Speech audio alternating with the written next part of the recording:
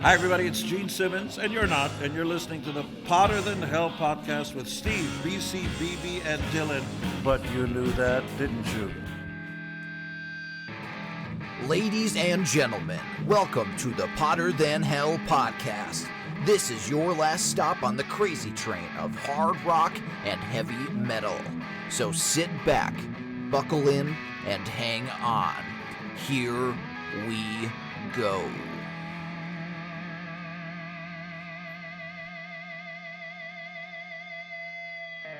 Hello, Potter Than Hellions. Welcome back to the Potter Than Hell podcast. This is Steve, your host. With me this week at Lucky's is BB. And on the keyboards is Dylan. And our gracious, so far, hostess, Jen. Hi, what's up? I only cursed once so far. I said, what the fuck, BC? And he's not even here. And yeah, BC's on assignment tonight. And, hey, John, how are you? Great, I'm good. John is great and good. So, Esther John is hanging out with us again tonight. So, and from the great state of Ohio, our buddy, Sonny Pooni. How are you, buddy? What's up, guys? Nothing. We're good. We're good. How's things out there in Ohio? Everything's great here. Now, I heard something crazy. I heard I haven't done it in a while. I'm rusty. What did that have to do with? Who said that?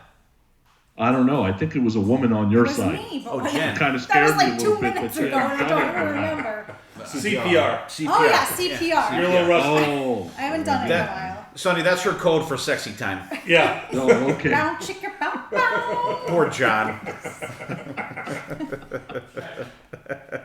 Jen, how are you? I'm awesome. What's up with you? So I remember last time I had to wear glasses and then I covered my eye and you guys all made fun of me. You were the pirate. Yeah, I realized that I have to take my contacts out in order to see up close. So I figured that out. So what do you do at work? I can't see at work. Oh, good Cheap God. praise. Yeah, I just can't see. She doesn't see anybody who walks into her office. Hey, You, Mildred? you. No, this is John. She has somebody stand 20 feet away and hold up the paper that she Yeah. needs to write. So my contacts are out. So Oh, I good, can see good, close. good. So she gets, so she knows which one of us she's talking to now. Yeah, exactly. We're good. That's why she was always friendly with BC. She's the only one she could teach. Because he was closest She to knew her. it was BC. That's right. Dylan, how are you doing? I'm doing okay. Work is finally evening out, so that's good. As soon as I say that, it's going to kick back up It again. But Gonna just hit the jinxed fan. yeah, but yeah, not bad. How about you, BB? How's your dad? Good. Hanging in there, 80-year-old, doesn't want to do certain things that the doctor tells him to, but, I got one of them at home. Actually, I got we're- two. He's plugging along, but other than that, always going down there making sure they don't need anything. So now they're added to the list of shit I have to do now. So I ran into you driving back from that's right. I was taking mom somewhere. That's what you had kids for. They all drive. True. That is true. But see, it's cheaper for my parents because then here's money for this and money for that and burning my inheritance and giving it to the kids. That's what grandparents are for. That's right. That's all right. They let them enjoy it. Yeah. All right. So we're good to go. Dylan's good. Everyone's good here. And, How are you, Steve? I'm fine. I'm good. Thank you. I appreciate that. How's your mom? My mom is doing good. She has adjusted to her pacemaker, and they are still up staying at my sister's for a couple more days. But then they're going to be going to Virginia with us next week, I think. Oh, So nice. they'll get a little break. That's good. And I'm sure Lynn Except will from us. be happy about that. A little break. Yeah, probably. All right, and last week we had the KISS crew on. We did a fun episode. BB, you weren't there, right? Oh, you were there. Oh yeah, You were there. Yeah, BC wasn't there again. DC was not there. BC was there, and Granza skipped out on us. How about that, Jen? No boo boo. Yeah. No Really? boo boo. Yeah, he blew us off for a He'd baseball rather game. go to the baseball game than. Yeah, That's kind of surprising. yeah. Well, we had switched the day of recording. We did. I'll give him So that. it's It your was fault. supposed to be the day before, but no. That again is Carson's fault because he asked me to switch with him. It's But out of is control. this because of school? Yes, Well, then I'm not going to blame Carson. I am. He's furthering his education. Yeah, that's right. He's a smart kid. Let him do I his know. thing. He can do his class at school, at work rather. And I want to say last week my wife and I we went on a weekend baseball trip. We went to Ohio and last Friday night, we met Sonny and his lovely, awesome wife, Nicole, out in Cincinnati. We caught a Reds game out there. We had a great time, didn't we, Sonny? Awesome time. Had great seats. The game was 11-10. And it was the last game the Reds won that weekend. So we were definitely at the right game. Yeah, we definitely saw a good game. And they played the Braves, and I hate the Braves, so I root against the Braves, whoever they're playing. So it was good. It was nice seeing Sonny and Nicole, and we had a great time at the game. And that's the kind of game you want to see, where it's a high scoring. Yeah, it was crazy. There was like 9 home runs in the game. It was freaking crazy. It was awesome. Dude hit for the cycle. It was cool. And it's not Yeah, I felt bad for Ellie De La Cruz. He hit for the cycle, and he's a rookie. But on the same day, Joey Votto hits 3 home runs, and he had just got back. So it's like, yeah, come on, dude. Can I have my day? I wanted to search up if he was the youngest person, because he's only been in the major leagues for like 3 weeks. Yeah. If he's the youngest person who actually hit for the cycle, being only in the majors 3 weeks, because that's 5th youngest. He's got to be. Wow. Yeah. 5th youngest. Yeah. And I saw him play the week or 2 before that in Syracuse. He's crazy. Yeah. He's crazy good. Yep. He's going to be the face of baseball in about 3 years. Well, if he keeps on the good path, he will. If he listens to the Potter Than Hell podcast, he's good to go. Hangs out with Pooni. That's right. Sonny's just up the road from him. Taking him in the backyard, sharpening his swing. Yep. And Sonny, you're going to see Quarantine this weekend, right? I am seeing Quarantine this Saturday in Franklin, Ohio. It'll be a good time. That's cool. You're gonna have to. Well, I'm sure you'll report it on Grown Up Rock. But if it was like last weekend, I might have been able to work something out. But the timing was not right for it. So you have to let me know how you made out with that. So before we get into this one, and as you guys can see from the title, it's one of our we do this like once a year, I think. Our Anything Goes playlist where we throw out all kinds of crazy shit. So what have we been listening to? Sonny, what are you listening to? Something stupid, I'm sure. Nice. Just call Nicole stupid. He doesn't even know it. No, I know who you're going to say.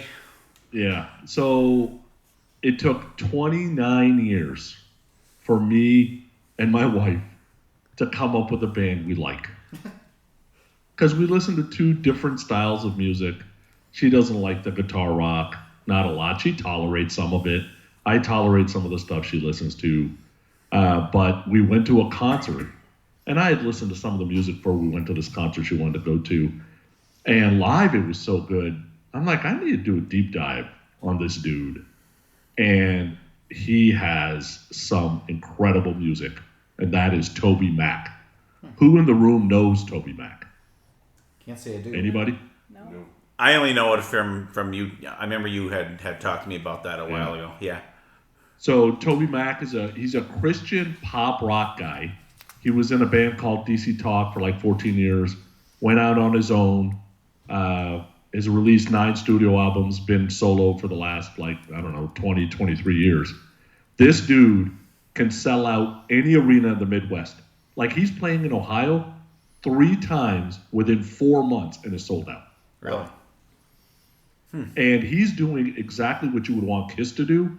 He's bringing along new Christian artists to play at his shows and open for him. So think about if Kiss would take out like The Warning or Plush or Ellie Maybe or Dirty Honey. That's what Toby Mac is doing for these guys. And dude, his music, I'll tell you, it's kind of on the pop side a little bit. Yeah, it's faith-based, blah, blah, blah. And I'm not the most religious guy on the planet. But I sent Jen 2 songs. Jen, did you like it? I did, and I said, I think I texted you back, and I said, Steve is not going to like this. But I liked it. Send me the 2 songs, Sonny. Now I'll let you know what I think. I'll do. It's definitely not a Steve band. You may be surprised. I may like it. Depends. You let me know. Depends. All right. BB, how about you? I went back to 1999, and this is always one of those albums I love to go to because I think the first half of this album is so amazing. I can never get to the back half of it, and it's Dawkins Erase the Slate. And I just love how Reb Beach plays on that album. But for some reason, the second half of that album really loses me because it's like a totally different album once you flip it over. Like Erase the Slate, Change the World, Mad Hatter, Drowned and Shattered are amazing. And then after that, it just, for some odd reason, really, really loses me. But it's a really, really good album. You don't like Crazy Mary Goes Round with Mick Brown on vocals? Man. Between That's that great. and there's another instrumental in there. But you can cut that album down, make it a good old half-hour album like the good old days. It'd be fantastic. But yep, little Doc and Erase the Slate, righty. There's even a surprise bass solo at the end of that. Not a great way to end an album, that's for sure. Thanks for sending those songs, Sonny. All right, Dylan, how about you? What do you got? I'll go in order of complexity. And the wild thing is, for the episode where we're doing out of format stuff, all my stuff's in format this week. Oh, that's a switch. So I listened to Alice Cooper's newest single, "I'm Alice." I don't know how I feel about it. It's harking again back to 70s Alice, and it feels like that's kind of the realm they're going in nowadays. I'd rather the not. guitar works good. Like Nita sounds great in it, but I don't know. If that's indicative of what the album's going to be, I don't know if I'm going to vibe with it as much. Much like the last album they put out. Then I also listened to Power Trip's Live in Seattle, their live album that they had recorded back in 2018. Very, very good. Very short too, like a 35-minute live album because they do quick thrash songs. So it's they're not Dream Theater standing on stage for 13 minutes for one song. And then I listened to so this one you're not gonna be able to write down, Dad. It is King Gizzard and the Lizard Wizard, their latest album. And the album is Petrodragonic Apocalypse, or Dawn of Eternal Night, an annihilation of planet Earth and the beginning of merciless damnation. So That's just ridiculous for a fucking title. That's even worse than Rob Zombie's How do you shit. fit that on the album cover? Jesus. But it goes around the back. it's a really good, like, kind of heavy hard rock album because they always do very different genres in each of their albums. Like one album they have is thrashy, one of them psychedelic. They did like a weird like Wild West audiobook for one of their albums, but this one is very hard rock, kind of heavy metal inspired, but it's really good. It might be making my end of the year list, and they put out a lot of. They were considered one of the hardest working bands going because they like in 2019 I think they put out 5 albums in 1 year. So they change it up every time. So.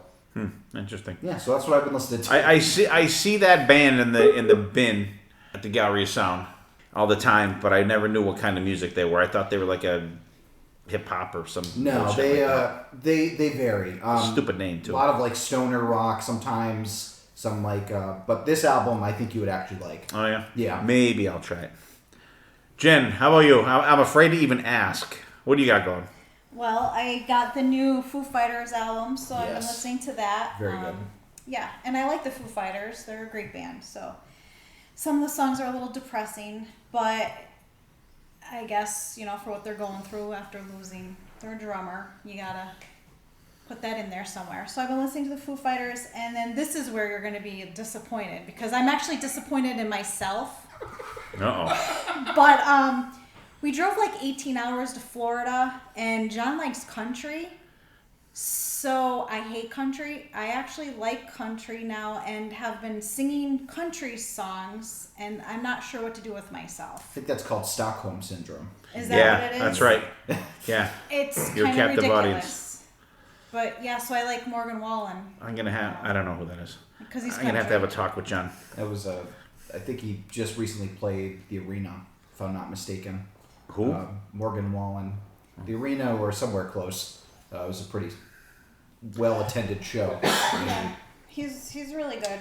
But Alright. that's kind of what happened to me All lately. right. All right. You were a victim of circumstances. Yeah, I was. Yeah, I had no choice. Either Yeah. I had nowhere to go. Yeah. Yeah, I was gonna walk to Florida or deal with country. All right. And for me, we just recorded our latest I Remember Now podcast yesterday, actually. Today is June 28th, 2023.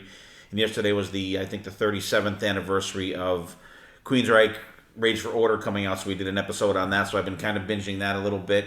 Steve Lukather put out a new album I think it came out last week, and it just came across my Apple Music at one point, and I checked it out. It was really good. It was like harder Toto. It was good. There was some good stuff on there. Might be talking about Toto in a little bit. We may, absolutely. And then I was just in the mood for something different. Today I just was sick of this fucking list of these songs we're going to talk about tonight. And so I put on I listened to a little Steve Miller Band greatest hits today just to cleanse the palate a little bit there. So could have picked one of those songs for this list. Anybody? Wouldn't have made it better. Yeah. I know Sonny hates that stuff. What is that music, Sonny? Shit. Oh, he usually says old people music. So here's what we got going. I got Steve Lukather there, Queensryche and Steve Miller Band. Race to Slate, Dockin' for BB. The new Alice Cooper song, I'm Alice, from Alice Cooper, and his touring band has recorded that album. I think it comes out in July, maybe? July. Power Trip Live in Seattle, and King Gizzard and the Wizard Lizard. And, Wizard. And the Biscuit Lizard close. Wizard Hour. And the Supercalifragilisticexpialidocious album. Jen's got the new Foo Fighters and Captive Audience for Country Music. We'll forgive you, but I don't know. Like I said, I talked to John. Yeah. And Toby Mac for Sonny. And I will let you know, Sonny, what I think about those songs. So, I will only listen to them because I'm going to give Nicole the benefit of the doubt. And at this point, the show is all Sonny. He's our master of ceremonies for these episodes. And take it away, my friend. All right, so this week's topic, we did a playlist. You could pick anything you wanted from 1978 to 1988. 8 songs each, no repeat bands. Everybody sent their songs to me. I threw them in a playlist. That was what we have done in the past. I'm sure that link will be in the show notes. Everybody suffered through the playlist, which I think was 6 weeks, felt like 6 years. At least. And I'm the only one who saw who picked what, and everybody else sent in their guesses. Now, I'm going to share some stats with you beforehand, just to give you a little bit of an idea of what we dealt with here. Although the years available were 78 to 88, 10 out of the 48 songs came out of 1 year. 1979. Wow. Which I didn't even know there any was one dates of on us, this. except for Steve, was a teenager in 79. I was 2. I was negative.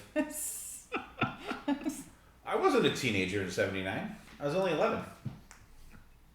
No, liar. Huh? Liar. I was born in 68. So then in Okay, 79, I would have been whatever. 11. But for some reason, 1978 only got 1 pick. So I don't know why that was. Okay. I'll tell you why later. Because I had a song from 1978 picked up, but by the time I had my list, I forgot about that song. Out of the 48 songs, only 2 songs had everyone guess the right person. Oh, wow. 19 never got the right guess. Wow. So nobody batted 1,000. And 7 out of the 19, which you only picked 8 songs each, were BC. Wow. That nobody guessed right. That makes sense. That sneaky little fucker. So it will be an interesting list. Yeah. And we are going to start with the first song on the playlist. 867-530-9999. Jenny from Tommy Two Tone, the most popular phone number on the planet. Jen guessed BB, picked it. Dylan guessed Jen. BB guessed BC. BC guessed me, and it was actually Steve. Nobody guessed that one right. Steve, Tommy Two Tone. Yeah, good song. I remember that from back in the day, and it was kind of one that I figured it would be a tough guess for them to guess me for that one. And 867-5309. It's my phone number. It's in the it's Jenny's. It's Jen right there. We just don't give out the area code, so that's Right. why. Yeah. Yeah. Yeah, that's Jen, did you know that there was no actual Jenny, and what'd you think of the song? Well, I obviously love the song because I always say it's my phone number, but yeah. I got your number on the wall. That's where the bathroom wall came from ass pollution. It's a great song. Every time I used to go stock bands, everyone played it, so it was a popular song. Dylan, did you ever try to ring the phone number? I think back in the day I probably did, and I think it was disconnected, at least in our area code. But yeah, this is it's kind of a basic pick for you, Dad. I don't know. What do you mean, so? I just don't see you as picking like such a. It's good. It's fine. Sorry. Sorry, not gizzard, lizard, flizzard. Yeah, no shit. And then BB, any love for the song? Yeah, it's not bad. It's a catchy old song. You know, it's Tommy Two Tone's most favorite one-hit wonder. You know, everybody knows it. Everybody knows the number. Mm-hmm. It's catchy. The drums on it are. I like the drums in it. They're really out there, out in front. But yeah, definitely a surprising pick from Wrighty. He thought it was 8675309 BB. That's right. Yeah. And by the way, that song was released in 81. We will get to the next song, released in 1980. No one guessed this right, because people, I don't know why, Ace of Spades by Motorhead. Dylan guessed BC, Wrighty guessed Dylan, BB guessed BC guessed Wrighty. Jen fooled everybody. I did, and I did good. She doesn't even like that song. I like Motorhead. Your ass. Name 2 more songs. I can't. There you go. Well, I was supposed to go to a concert with Pulkowski and R.A., and I'm like, I don't even know who Lemmy is. I'm not going. And then I got a picture of them at the concert standing right in front with my spot right there. See? So then I learned about his stuff after. See, you probably would have seen Sonny there. He's a big Motorhead fan. Oh, really? Yeah, whatever. Dylan, you got to be with me, because I know some of these guys' voices grates on you. Like, Lemmy's tough. I think it works for the music, though, with Lemmy. Yeah. And maybe I just like seeing bassists be the star of the band, having been one myself. So a little bit of wish fulfillment there. But I like the song a lot. I just, like, if we're doing an Anything Goes playlist, Jen, we talk about Motorhead all the time. See, I wanted to pick something that No, you guys would not think She did it that to I fake picked. everybody out. That's- I did. I respect that. I was gonna see my notes. I was gonna bust BC on it because I thought it was BB agreed with me that it was it felt like a BC pick. And I picked you because of the reason you said that you like Motorhead. Yeah, I just wanted everyone to not pick me. Great. It's a good song though. It worked. All right. Good job, Jen. You got us. BB, you have love for this song just like Wrighty does? I can come and go with Motorhead. I enjoy them at certain times, and certain times, like, I think the gruffy deep vocals and like the heavy bass just kind of phase me out every once in a while. But it's Motorhead. It's a great song. It's popular for a reason. So we'll let Jen have her little pick there and let her have her Moment of sunshine. Your moment of Motorhead in the sunshine, and we will move on. All right, well, let's go to 1982 for the next one. All You Zombies by the Hooters. Everybody in the room guessed BB, BC guessed Jen, and it was BB. BB, why did you pick this shitty song? This is my first concert in 1985. That does not give you an excuse. Oh, this song is awesome. Jen, you remember how popular this song was in town. I never heard it until this playlist. What? Yeah, but I absolutely love this song. This is my favorite song on this whole 48 list. Yes. Wow. Love it. See, if you were a couple years older, we were playing it riding around town aimlessly You're every a little night. bit older than me. A little bit. See, if you're a little bit older, you could have been... I was hanging out with older people. Not like I was supposed to be, but I was. I don't remember the song. Wrighty, I thought this was like shitty Oingo Boingo. Well, I picked BB because I knew that this was his first concert. And when we were headed out to Ohio this week, I had the list playing, so my wife and I were listening to it, and she would guess who picked this, and I would guess, and I said, this is definitely BB, and I said for those reasons why. And until it was on this playlist, I never knew that's what the name of this song was. And it kind of sucks. I'm surprised nobody picked Oingo Boingo. Yeah. Next time. Dylan, Yeah, I'm assuming it's okay, but it's. Dylan, I'm assuming you love this song. It's okay. Like, it's not my favorite on the playlist. I don't hate it as much as everybody else does. But, I figured it was BB because it had that troll factor to it. That little, A couple of these are a little trolly of mine. I'm like, oh, fuck. Next time we're really gonna. And Jen doesn't get to talk again for this. That's terrible. Okay. Thank you, Jen. You're out, Jen. Yeah, whatever. All right, next song, 1984's "Back Where You Belong" by 38 Special. Jen guessed BC, Dylan guessed Wrighty, Wrighty guessed Jen, BB guessed BC, and it was BC. I don't know why he picked this song, because we don't know, but I can tell you that, it was on that same album that had Hold On Loosely, Caught Up in You, Second Chance. Like, it wasn't going to get single play. So, Jen, you like this song? It's all right. That's all. It's just all right. Like, I would never probably play it again. It's not all you zombies, is it, Jen? No, that's awesome. I really What love could that be? song. Yeah. Dylan, it didn't exactly knock my socks off, but it was better than All You Zombies. No. Yeah, it was fine. 38 Special is a band that I'll listen, like, when I listen to them, I'm like, oh yeah, I like it. And then, like, I don't go out of my way to find them more. But, like, whenever I listen to them, I always go away like, yeah, that was good. I enjoyed it. Righty, it was a top 20 single, believe it or not. Wow. I believe it. When that album hit, it was big, and they had all those songs were videos on MTV, and I enjoyed it. I think when I started re-getting my vinyl, that was one of the albums that I sought out. I was able to get it cheap, but I like it though. That album's got a lot of good stuff on it, and that's a good song from there. But that's like one of the lesser known songs from those guys. Yeah. Yeah. Definitely. BB, any idea these guys had 12 studio albums? No. Maybe if you said I would guess like 7.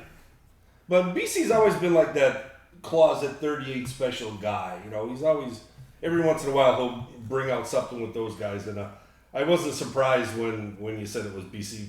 I think it's a good song. The vocals are pretty good on there. Every once in a while, I wish these bands would carry out their solo a little bit longer. But I think it's a good song. It's a deep hidden track compared to everything else that's the more popular songs that are on that album. All right, next we go to 1982, Dexy's Midnight Runners with Come On Eileen. Dylan guessed Jen, Righty guessed BC, BB guessed Jen, BC guessed Dylan. And Jen, really, this burnout fucking song? Aren't you burnt on this song? No, it reminds me of, well, you don't live here, but it reminds me of flashbacks. Going down to flashbacks in Scranton, they would always play this song. You picked it? I picked it. Oh, I thought BC picked it. No, it was me. This is a great dance That song. was a ground ball to first. No, because BC has picked this song on this show before. Really? That's why I thought it was him, because he has a good friend, Eileen. And actually, I sat with her at his wedding, and she made me do shot after shot with her. That's why I couldn't make it to the second bar after the wedding, because I was so fucking hammered. I know Eileen. Because of her. We She's went awesome. to a concert with her. She was cool. Yeah. That's why she picked it. Yeah. She also knows Eileen. It's Yeah, her me friend too. Eileen as well. It's anti-lean to her. Yeah. Dylan, I believe every part of that story except for she made me drink shots. Yeah. True. All right. I mean, this is a Stone Cold classic, but I do agree there is a big burnout factor to it for me.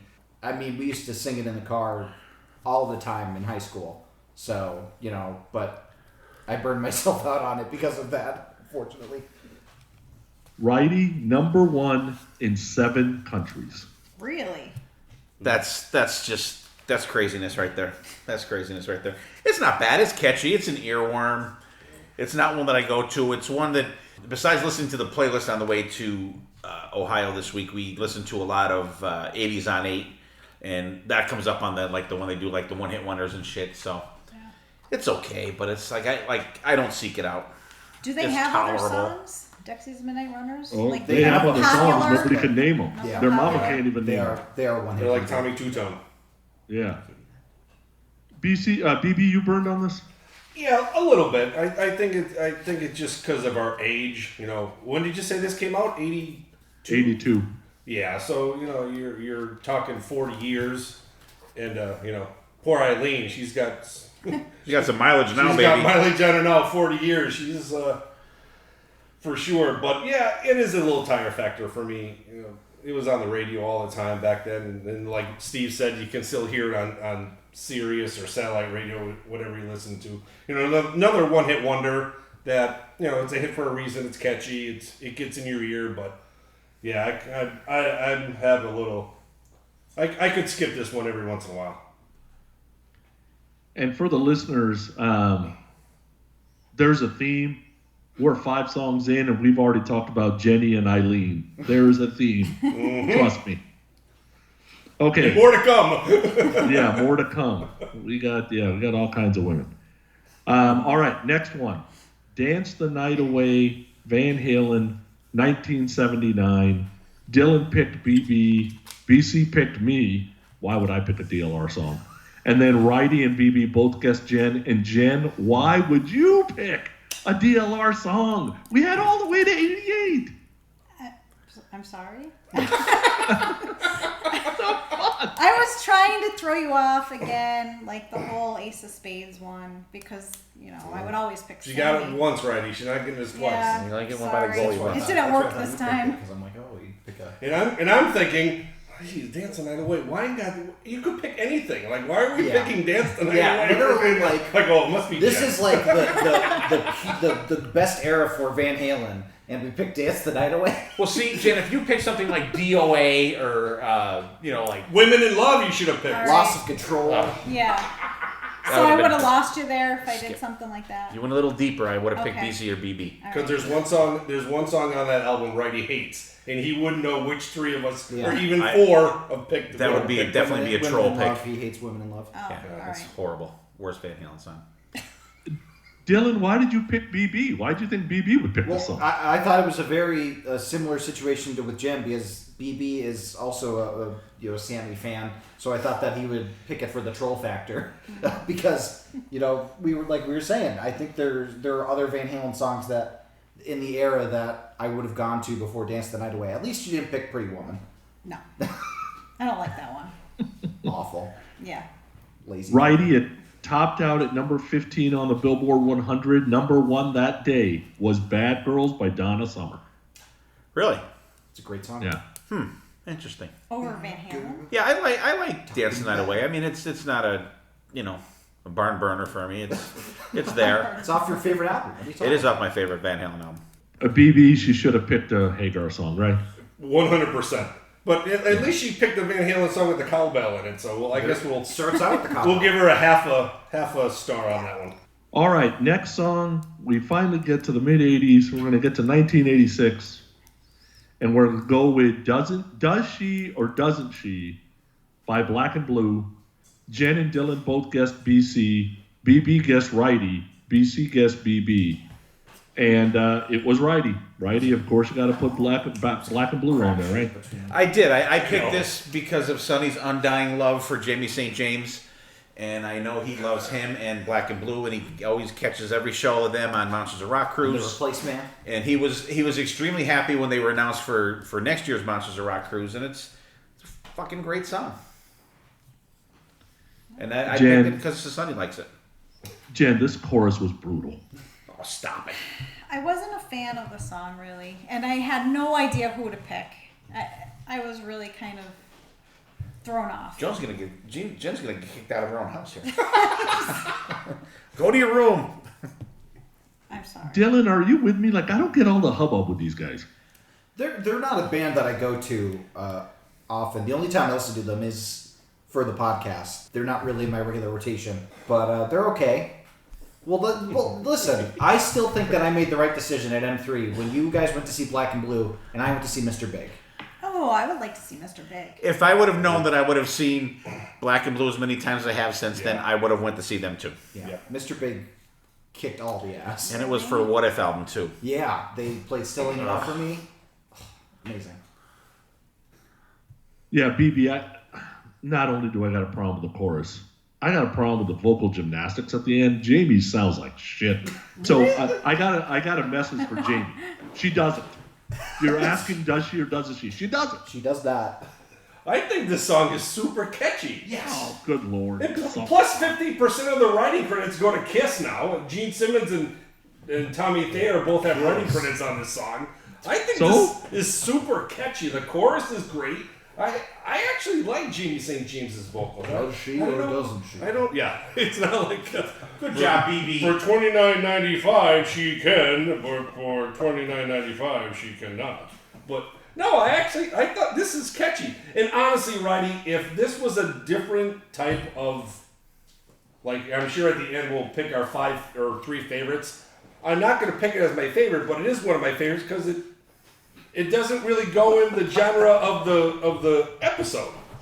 Like, why would you pick this? You talk about Black We talk about Black and Blue, at least once. Well, actually, I picked this one because I had picked something else and sent it to Sonny, and it got kicked back to me. Oh, okay. Well, you could have picked And that song you forgot about. grasping it. I forgot about it again. So this was a second choice, or actually a 9th choice. Well, it was in the middle of the list when I sent it to him, but I got kicked back. All right, next song, 1985's Don't Lose That Number by Phil Collins. Jen thought I picked it. Righty and BC both thought Jen picked it. And Dylan and BB, well, both picked BB because it was actually BB. Yeah. By the way, everybody picked their own songs and they were actually right. BB, love for Phil Collins. Yes, it's funny. I heard this song, in the beginning of the show. We were talking about my dad and that.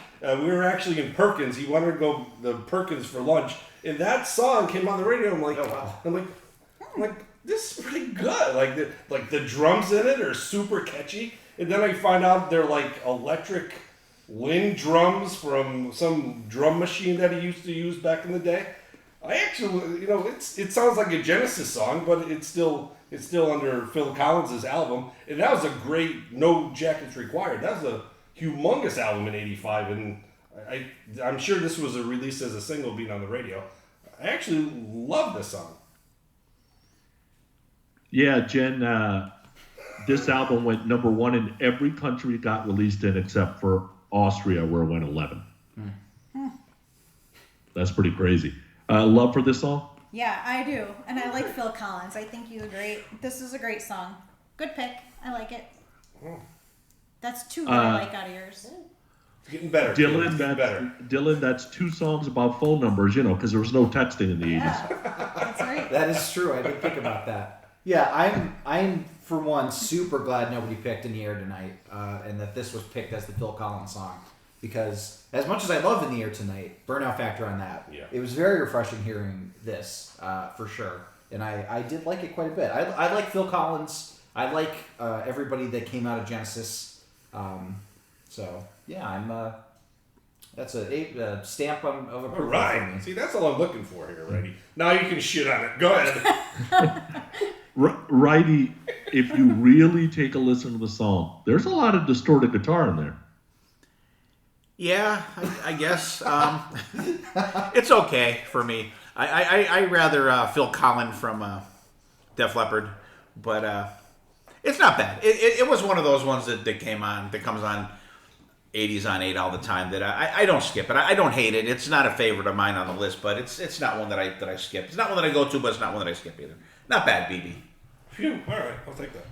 Not terrible, BB. See, you're on the Peter Gabriel side of things, right? Mm-hmm. You'd rather Peter Gabriel than Phil Collins. All right, so the next song, 1987's Don't Mean Nothing by Richard Marx. Everybody guessed it was me. And BC picked the song. Oh, get out of here. Wow.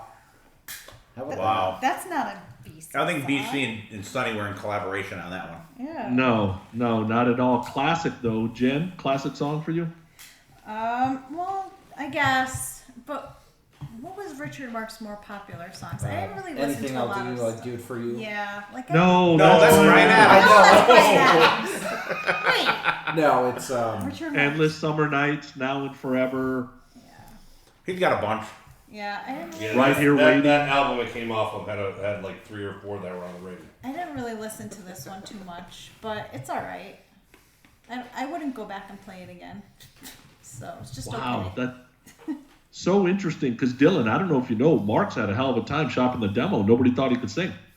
That's interesting. I really like his voice, and this is a really good song from Richard Marx. I remember Richard Marx, I believe, performed on one of the episodes of The Bachelor, Dad. So there you go. He what? Really? Performed on one of the episodes of The Bachelor. They have bands on The Bachelor now? Well, it was for one of the dates. He was. Oh, it there. was a show that they went to. Yeah, they was like they hired him to play at one of the. While they were making out on the beach, passing Yeah. out roses. Yeah. Righty, I don't know if you know, there's an Eagles connection on this. So Joe Walsh plays rhythm guitar, Timothy B. Schmidt and Randy Meisner do backing vocals. Joe wanted to sing and they told him, fuck no. Good call, for sure. I didn't know that. That's cool. Yeah, I like Richard Marx. I'm a hits guy. Like if he comes on the radio, I would know who it is, but I may not necessarily know the name of the song. But this is a good one though. BC had us all faked out. Yeah. This had Pooni written all over it. BB, first song off the first album, and it's fucking killer. For Richard Marx. Do you agree, BB? It's not bad. I remember he was all over the radio back in '87. This album was super popular. There's even, and that's why I'm trying to like hold on to the nights. There was a couple that were always on the radio. Endless Summer Nights. But yeah, I'm really surprised BC picked this one. And I would love to know. I would hope there'd be at least a story Why he would pick it. Did he just pull it out of the air? I'm very curious of this. He's actually a really big Richard Marx fan. He's got to be a closet Richard Marx fan. He's probably got a Richard Marx tattoo on his ass, and we just don't know it. I don't want to see it.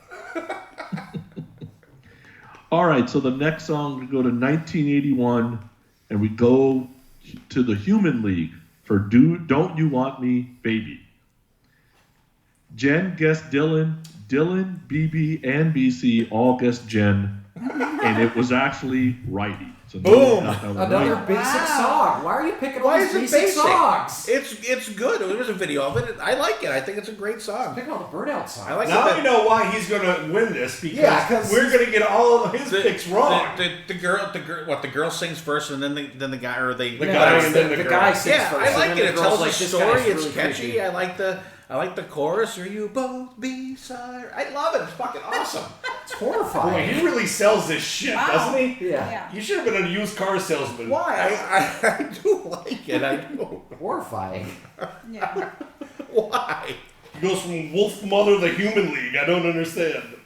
Yeah. Jen, at least it tells a story, right? Yeah, I like stories. I could listen to it at bed and it'll put me to sleep. No.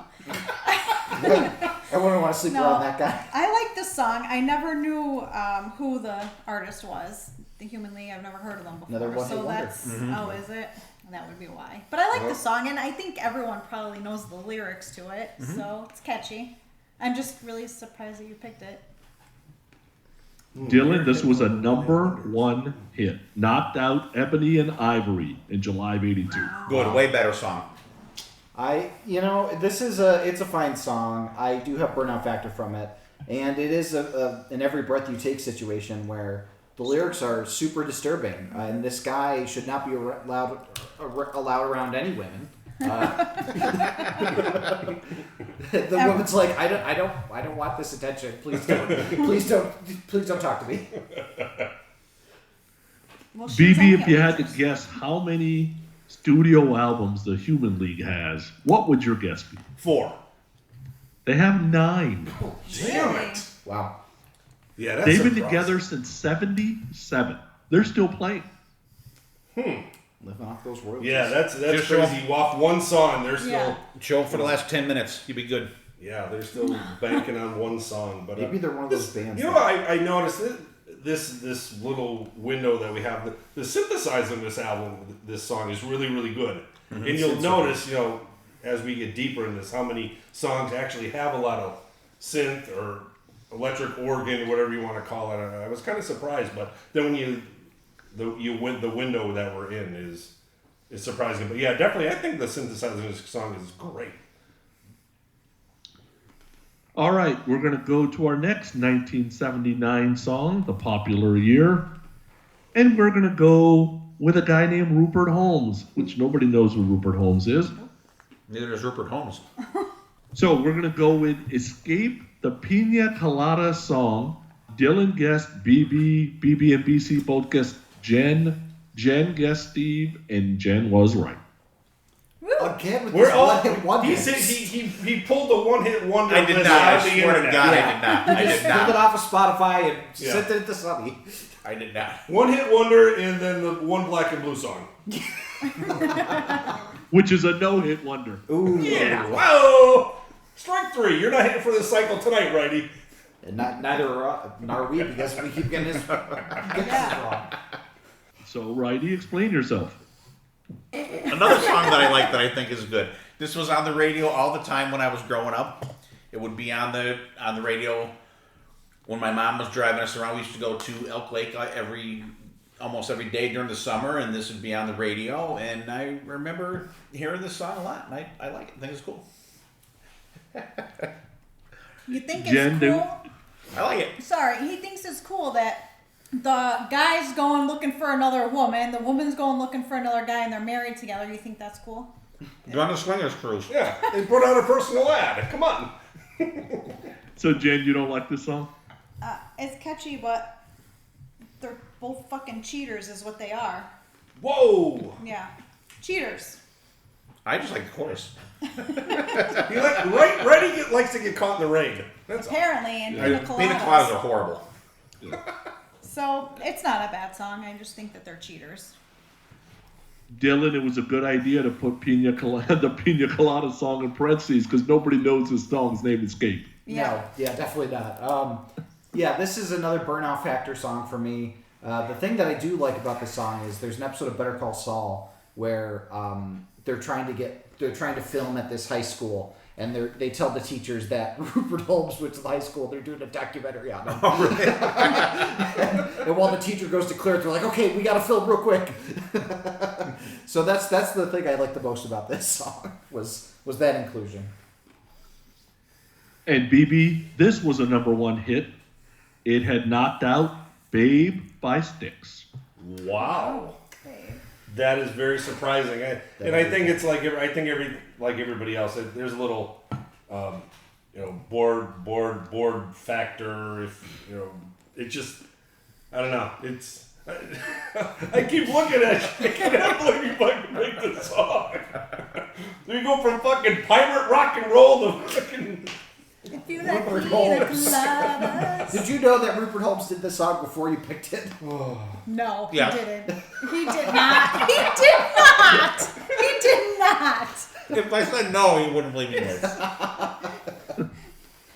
All right, so then we're going to go from the Pina Colada song to 1985 with Michael Bolton's Everybody's Crazy, and everybody in the room thought it was me who picked it, and it was not. It was BC. Oh my God. Really? And you're yakking on me, and he's picking this shit Because too. he's not going to the radio and picking the first song that plays on it. He's going deep. Jen, any love for this song? Do you remember it was in Back to School? I actually don't even remember the song. Now Really? that Do you remember the movie Back to School? No, sing a part of it. Everybody's crazy. Yeah. Everybody's crazy. You don't remember that? Oh, okay, yeah. Yeah. See, you listen to 48 songs, and some of them are so new to me that I have to. I don't remember that in Back to School. I don't. Alrighty then. Yeah, I don't know. But yeah, okay. I didn't know. That doesn't really sound like Michael Bolton to me either. It for me too as well. I was gonna say the same thing it doesn't because sound like him. I'm so used to his modern day voice Yeah. that like it didn't even register that it was Michael Bolton until I looked at it. Yeah, Dylan, because Bolton wanted to be rock. That's why. Yeah, I mean that makes sense. He co-wrote Forever with Kiss. He was on the great song Jack Sparrow from The Lonely Island, and plus he works at the office in the office space. Does Bruce Kulick play on this? Righty, that's what I was going to tell you. Bruce Kulick is the lead guitar on this. It's good. So Righty, But love? go ahead. No, love for song? It's okay. I don't love it. I don't hate it. But I remember because Michael Bolton wanted to be like a rock dude before that, and I knew that Bruce played with them because he's on that Blackjack album, Yeah, and not bad. Back to School was a good movie too. yeah. BB, if you look at the album cover, dude, Bolton he wants to be a rocker, but he can't pull it off. Yeah, he definitely can't pull off those leather pleather pants he's wearing on that album cover. But Some say he's still wearing them to this day. no, I honestly, Sonny, I thought this was you because I felt it was very Y&T-ish to me. Did you get Dave Manchetti out of his vocals or no?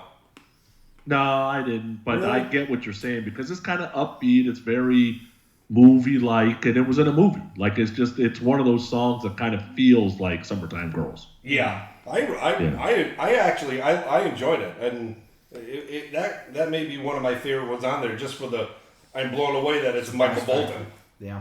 Yeah. and I love to know how BC knew that song. Once again, Maybe back- BC. Yeah. So many fucking questions. He picked the songs the way you think I picked the fucking songs. Maybe Renee picked the songs for him. Ooh, maybe. True. Yeah. All right, so we're going to go to 1980 with REO Speedwagon's Follow My Heart. Jen thought I picked it. Jen, I hate fucking REO. Sorry, I didn't Dylan know. picked Steve. BC picked Steve. And then Steve picked BB, and it was BB. Again, I'm just torn between the two. The guitar, Dylan. The guitar in this song just kills it for me. It's fucking that solo in that song is sick fucking bananas. Bananas, baby. Especially for 1980. But that High Infidelity album was so good. And this song's, I think it's either 3 or 4 on the album. It's not very deep, but man, it's buried in there between some good songs. And I love the high pitched vocals. I think Kevin something was his name. Kevin Cronin. Cronin. And then the guitar player, fucking phenomenal.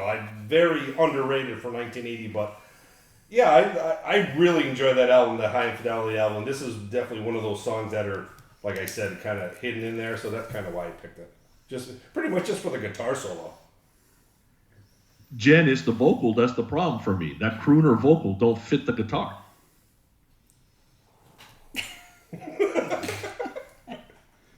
Jen doesn't remember the song. Say what you feel, Jen. Don't hold back. She doesn't remember this one either. Should I follow my heart? Get it? Get it? So I never heard this song before, but as soon as it started playing, I knew it was REO Speedwagon. I mean, you can tell just by the music that it's REO. So I like the song. It's good. It's not bad. I have nothing bad to say. We'll leave it at that. Dylan, I have zero interest in REO Speedwagon. Overrated as fuck. I'll talk more about this song at the end of the episode, but my first experience with REO Speedwagon was them touring with Styx and doing the cover of Blue Collar Man. Just wanted to throw that out there. Oh, God. He they hates must have- Sticks too. Oh, my God. I love that song. He must have fucked that song up. Righty, I know you love REO because you're fucking old. Yeah, I am old. I love this song for 2 reasons. Number one, because it's fucking awesome. And actually, BB, that album is like kind of like Erase the Slate. Like the first half of the album is good, and then it kind of for sure. But and the second and most important reason I love it is because I know Sonny fucking hates it. It's great. The vocals are good. The guitar playing is absolutely ripping on it. It's awesome. I will also say, BB, that although I also like this song, that I appreciate that you didn't go with Take It On The Run. See? Because that would have been the easy pick to go for. For sure. So All right, Bands so we our don't next talk song, about in deep tracks. Yes. yeah. Next song, 1985's. Well, to some people it's Yellow Man, to some people it's Four-Legged Man, but it is Forever Man by Eric Clapton. Jen picked Wrighty, Dylan picked me, Wrighty picked BC, BC picked Dylan. Nobody got it right. It was all BB. I didn't even know anybody on this podcast listened to Eric Clapton. Once again, it's the guitar work. It's deep. 1985 from Behind the Sun album. And I think this was a single, because I know Rock 107, our local radio station, plays this, and this was like on like 2 days before. I'm like, man, this is really good. I think I'm gonna pick this for my Anything Goes album, because Would you hear it at work? yeah, so because we never talk about Eric Clapton, and I think he's a very underrated guitar player, because for the genre we listen to, a lot of those guys pretty much learned. He was like one of the probably top 5 founding fathers, especially for Eddie Van Halen. He loved what Eric Clapton was doing. But I think this is a great song. The outro solo with the synth underneath it is killer in the song. But this is probably the first time Eric Clapton has ever been mentioned of the 310 episodes we're on. So If not, another pretty reason close. why I picked it. Jen, Yellow Man, huh? Yeah, every time I heard this song, I kept saying "Yellow Man, Yellow Fire Man, Man, Yellow Pizza Man." Man. Yeah, so I'm not really a huge Eric Clapton fan. I don't know. He bored me with Layla, and that was it. She likes cocaine Yeah, she does. Yeah. and the song. Who? What? What? She's so confused. I really am. You ever heard the Dylan, song Cocaine? how is Clapton connecting to your generation? This is another one that I will talk about at the end of the episode. But I will say boy. that That's good or bad. I miss that Crossroads festival that he used to do. I wish that was still around, because there was a lot of really good blues guitar musicians and songs in that festival. So that's something to check out if people like this Eric Clapton song. Not saying whether I do or not until the end of the episode. Righty, Eric Clapton's one of those guys for me, like, I don't know all the stuff, but everything I've heard, I've liked. I probably need to do a deep dive. I'd say so. He probably sings a lot more songs than you think he does, because he has he's got the Derek and the Domino stuff that everyone thinks is just him, and he's good. And Dylan talked about the Crossroads Guitar Festivals. They were great, man. I used to get those DVDs. I think I have 2 of them. I think at the house, and I found a lot of cool artists that just came on stage and played for like 1 or 2 songs, and they were fucking awesome. So, and the song's not bad. I like it. It's okay. It's one that if it comes on the like Rock 107, whatever, I don't switch it. All right, so then the next song we get to 1987's Give Me Your Love by the Macaulay Schenker Group. Jen and Steve both guessed it was BC, and Dylan, BB, and BC all guessed it was Righty. And it was actually me. Wow. So I don't like Michael Schenker at all. But this song, For Something Happened When Robin Joined. And all 3 of those albums are very listenable to me. So my guess is Schenker didn't have a whole lot to do with the songwriting of the melodies. And then my other guess is Robin could probably sing the phone book and I'd be happy. So this is one of my favorite songs from 87. Jen, had you ever heard the song and did you like it? I never heard it, and I actually can't think of it now. So if you want to sing another line in it, so you can refresh my memory, go ahead. It goes, give me all your love. No, That's what I keep thinking in my head. It is. Exactly. Yeah. That's what I keep. all right. Well, it made an impression on Jen, I see. Yeah, definitely. Dylan, had you heard the song before? I had, and I thought it was my dad, because he's like the only person that I hear talking about MSG. So you kind of threw me for a loop there, Sonny. But yeah, this is a good song. I mean, I saw Michael Schenker live, and he kicked ass. And I mean, I loved the stuff that he did with UFO, and Where'd you see him? Michael Schenker? Yeah. At Illinois Rigby's. Oh, I forgot about that show. We were front row. What are you talking about? We were down the road. We were. It was like 4 miles from here. I forgot about that show. That's funny. Wrighty, it's very possible that I really love this song because the bass player and Robin wrote it. Michael had nothing to do with it. That is probably very true. But he played some of this stuff the second show on the Monsters of Rock cruise. But we didn't get. I mean, I don't know if you caught any of MSG on the boat, but I did. I love Schenker, and you could definitely tell that the Macaulay Schenker group is driven more by Robin, melody wise and everything, than because it's more melodic than the regular MSG stuff. And I love both of them, but the Robin Macaulay stuff is fantastic. BB, I did check out MSG on the boat. They played 3 songs. They all sounded the same, and I left. But why would you leave it there? They all 3 sounded the same. Because they sound like shit. No, I actually like MSG, and I actually like the song. It's super catchy, and I'm very surprised that Pooni picked this one. Mm-hmm. Who's trolling now? Mm-hmm. What? I love this song. All right, next song. We go back to 1979 with Girls Got Rhythm by AC/DC. Jen thought BB picked it. BC thought BB picked it. Dylan thought BC picked it. Wrighty and BB both had Jen. And this was again me. Wow. So what's happening to me is every day that goes... Every day that goes by, I'm more and more a Bon Scott fan than I am a Brian Johnson fan. And I'm starting to listen to a lot of Bon Scott, AC/DC. And dude, screeching song about all the women he's met in the world. Jen, any love for this song? Yes, because it's got rhythm. I like this song. I'm not a huge AC/DC fan, but this is a great song, so I like it. It was a good pick, and What? Oh, I thought Steve was I talking was asking about John if you like Bon Scott or Brian Johnson it. better. He has no idea what band He likes he's Axl talking Rose. He about. likes Axl Rose the best. Yeah.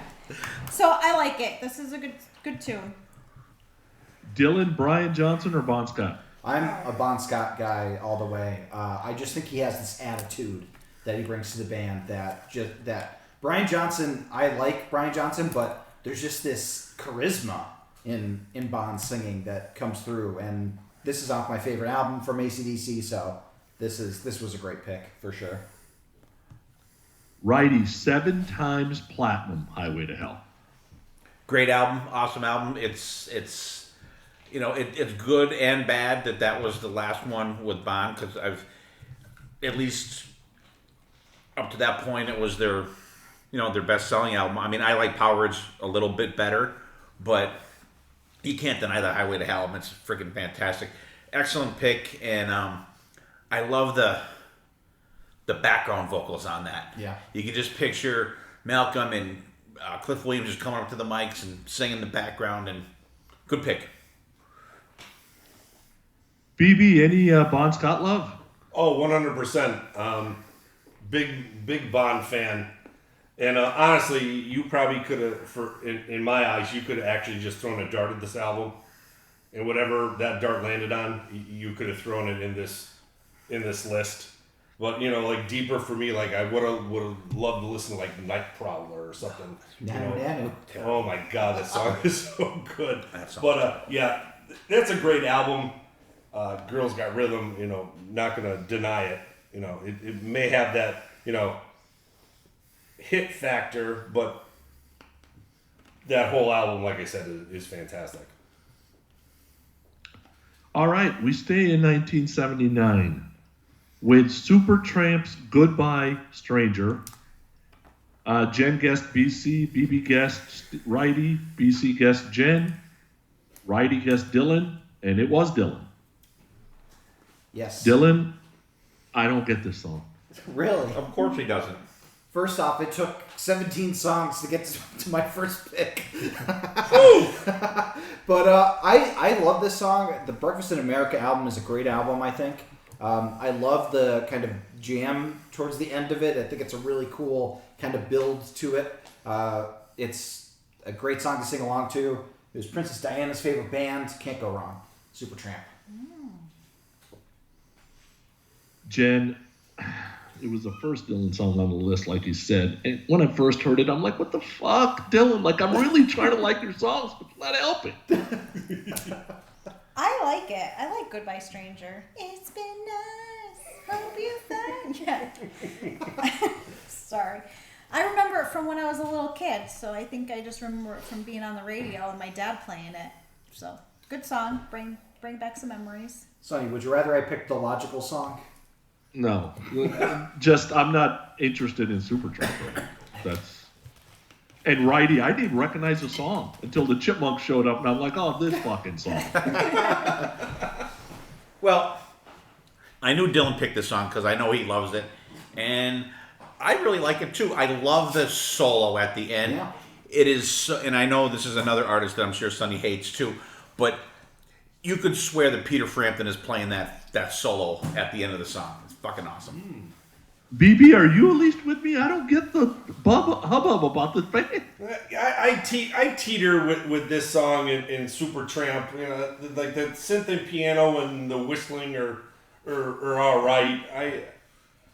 I'm not going to buy the vinyl and the T-shirt. I have the vinyl. See, I'm not buying the vinyl and the T-shirt, but I'm not going to skip it either.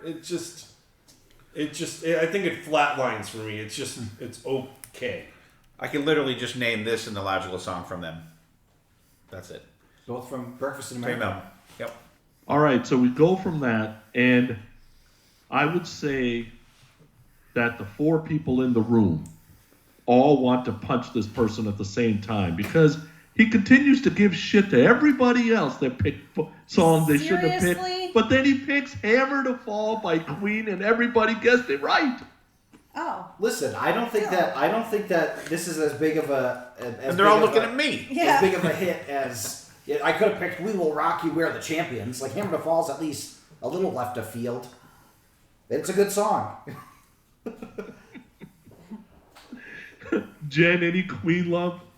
Yeah, I like Queen, and I'm not gonna lie, this is a song that I really never heard before until listening to these. So yeah, thanks, Dylan, because you opened up my. It's on the movie, isn't it? Is it? It is. It is Bohemian Rhapsody because it was part of their Live Aid right? set. Oh, okay.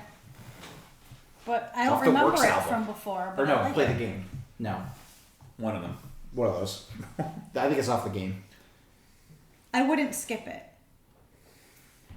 I like it. Righty, I'm 50-50 with Queen. I think Freddie can sing any genre, and I think that sometimes hurts what I listen to.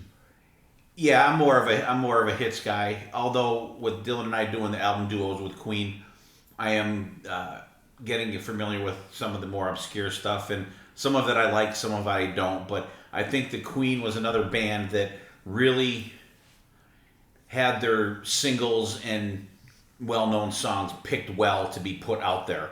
I think that in some of the ones that aren't for a reason. But this was a good one though. Good rocking song. Mm-hmm. Another good. BB, I would say this is the Queen I like. Yeah, 100%. I love this song, and this was Dylan's ground ball. You know, he said this is one of his favorite Queen songs a couple times. But Brian May, another great guitar player. Freddie Mercury, great vocalist.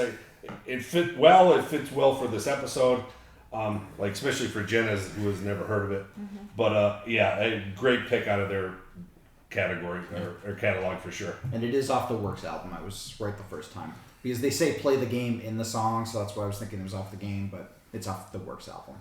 That's before the game. The Works is later on. Oh, because that's like Radio Gaga. I could have picked Radio Gaga, Sonny. Or I That's okay. looks like you're still not helping Sonny's.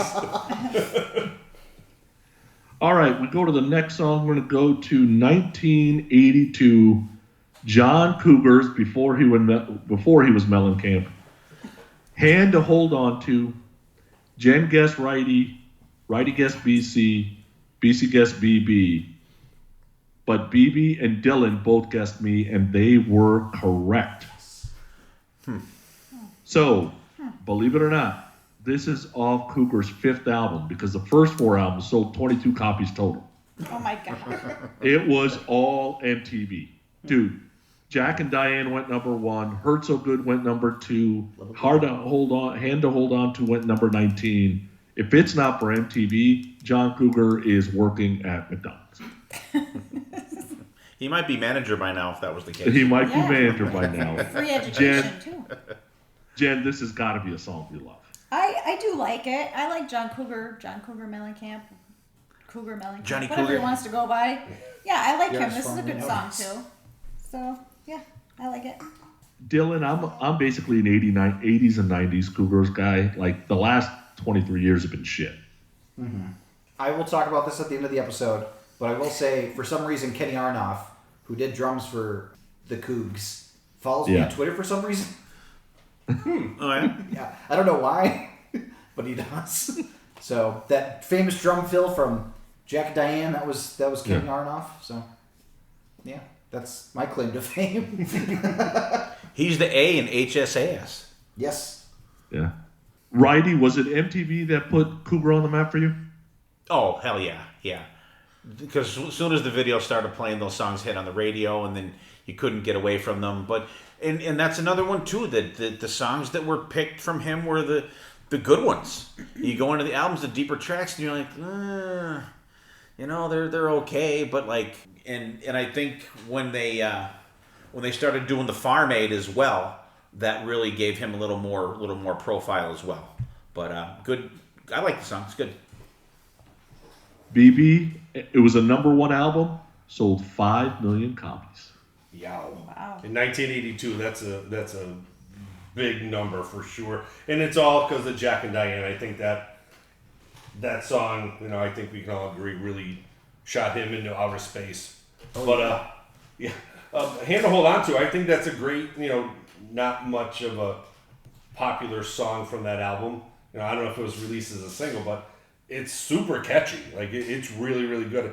And if you had to actually, listen to that, I think this was my actually favorite off the album, because I remember my cousin playing this cassette, and I remember the song, and it was actually a favorite of mine on this album. And I'm glad Dylan picked it.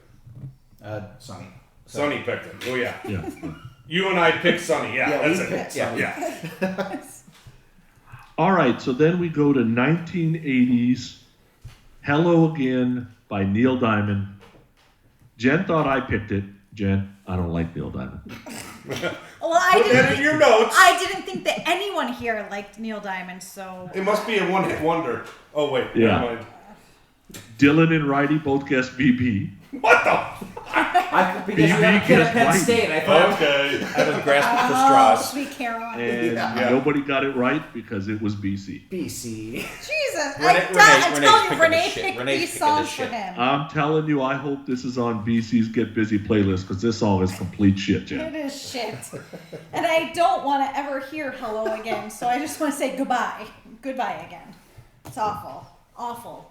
Sorry. Don't be Dylan, it was just boring. Awful. Yeah, Right? I will be talking about this at the end of the episode. But there's another artist on this list that does a song called Hello that is a million times better Yeah. than Uh-oh. Hello again. Righty, I know you're a Manlow fan, but for me, Diamond, Manlow, Tom Jones, Wayne Newton, Humperdinck, whatever the fuck his name is, I just don't get any of those guys. I don't get them. I don't like any of them except for Barry Manilow. Barry's awesome. Going to see him in August, by the way. this. I like Tom Jones. He has a unique voice. I don't care for any of that shit. The only song that is like that is tolerable is Sweet Caroline, and I could live my life without That's- ever fucking hearing that That's, again. yeah, burnout factor to the extreme on that one. But this song just sucks ass. But it's- It's fucking boring as fuck. Sweet Caroline is all about Penn State to me. That's why And that's I like hate Penn BB. State too. So Hey, get out of my fucking house. I like You BB never is- say is- that in is my throwing house. one to you don't mean Colin. that. Yeah. We are Penn State people here. BB, supposedly, these type of songs are supposed to get women hot. I've yet to meet a woman that liked the song. No. She'd be in a nursing home. Yeah, I don't understand what the factor for this is, but it is like flatline. Yeah. And once again, Terrible pick, Renee. Maybe it's like a situation where it's like, I'm so bored, I would do anything else just to not listen to this song, and that includes sleeping with your ass. BC definitely didn't pick this. There's no way. I don't even know how I would even know that song. Yeah. Easy. All right, we go from Neil Diamond to 1983's Heart with How Can I Refuse? So Jen thought Dylan picked it. Oh, damn. Dylan and BB thought it was Righty. Righty thought it was me. And everybody was wrong because it was BC again. Oh my God, what is up with him? It is one of my favorite Heart songs, though. And Jen, did you like it? Because Ann Wilson can sing. I definitely like it, and there was another lyric where I misplaced the words. So, should I drop my guard? I was singing, should I drive my car? Just drop that car. Can you lift your car? That's what you do with cars. You drop from. Yeah. So that's what I kept singing. But I like this song. Yeah, Dylan, any love for Heart? I mean, Ann Wilson's basically been the influence for every female rocker out there right now. I do like Hart. Hart is very good. Which of the Hart sisters is married to Cameron Crowe? Nancy. Is it Nan? Nancy. Yeah. Yeah. But Have you seen the two sisters? This is why. No, but they're great. And doesn't Hart have like 3 different things going now? Yeah. Like, There was the Ann version, the Nancy version, and then the band original band version. Yeah, that's what I Yeah, thought. sisters are fighting. Yeah. That's so weird, but this is a good song. I really do like it. Righty, I was thinking these female rockers right now should get together and do like a tribute album, Heart tribute album. Right? I'm not talking about Joe Jett, Lita Ford. I'm talking about women that are under 40 right now. They're in rock kind of thing. Yeah, Lizzie Hale. Yeah. Get the the girls that sing for like Avantasia and bands like that. That'd be fantastic. That'd be really cool. I would definitely buy that. And it's so funny too how different the production and the stuff got from the 70s to the 80s for Heart.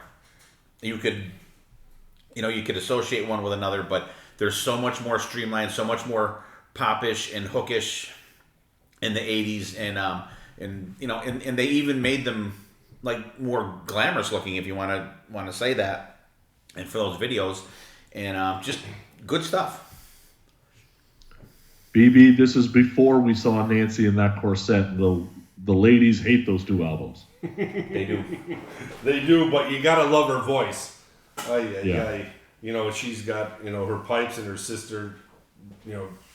Great guitar player. They're definitely blessed. And how can you just knock like a 1-2 punch of a female duo of a band? They put so much stuff out, and they're still rocking today. Gotta love Heart. All right, so then we go to 1980, Huey Lewis and the News, with the title of a song that's the most rapey on this list. If you really love me, you'll let me. So Jen thought BB picked it. Righty thought BB picked it. What? Dylan thought Righty picked it, and BB thought I picked it. And again, it was BC. Stop it. Come on. Was he loaded? Was this even a single?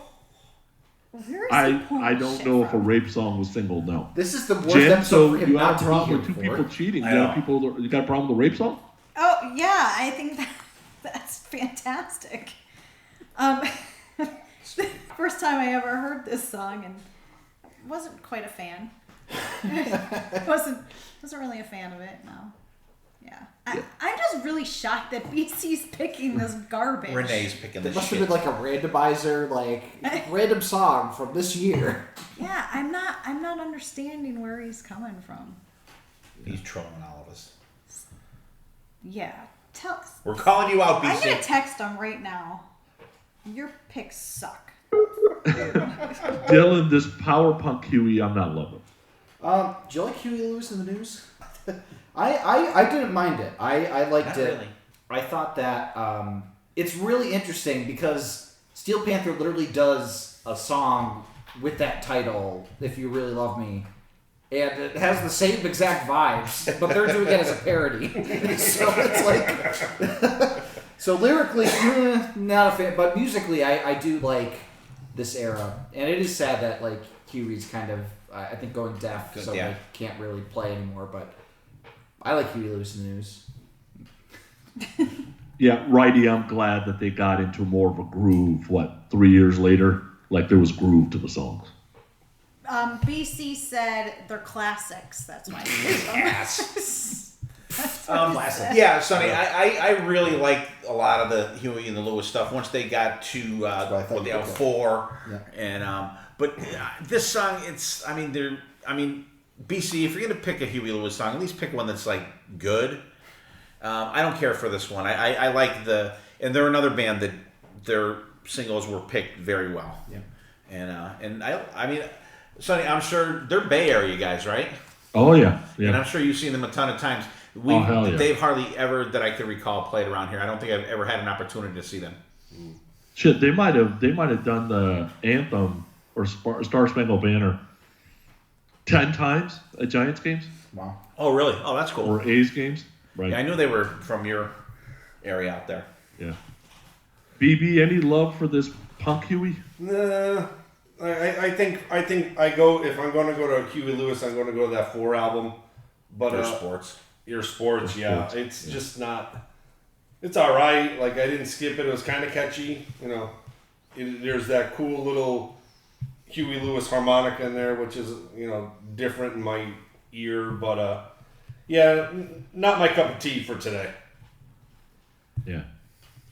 All right, we're going to go to 1981, Billy Squier, In the Dark.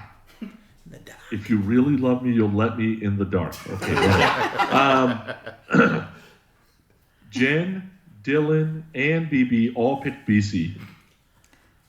BC picked BB, and it was Wrighty who picked the song. So, Wrighty, tell us about the feet that you see on this album, because homie needs shoes. Well, at least he didn't pick Homie Homie's definitely tonight. needs some shoes. Yeah. I would, and I hate these like more than anything. I'd rather see Crocs on the feet there than see feet.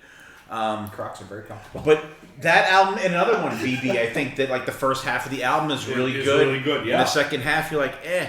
But In the Dark, always I like that one. That first part of that of that album is great. I like it. That was one of the first songs that I thought of one of the songs from that album. One of the first ones I thought of to pick for this episode.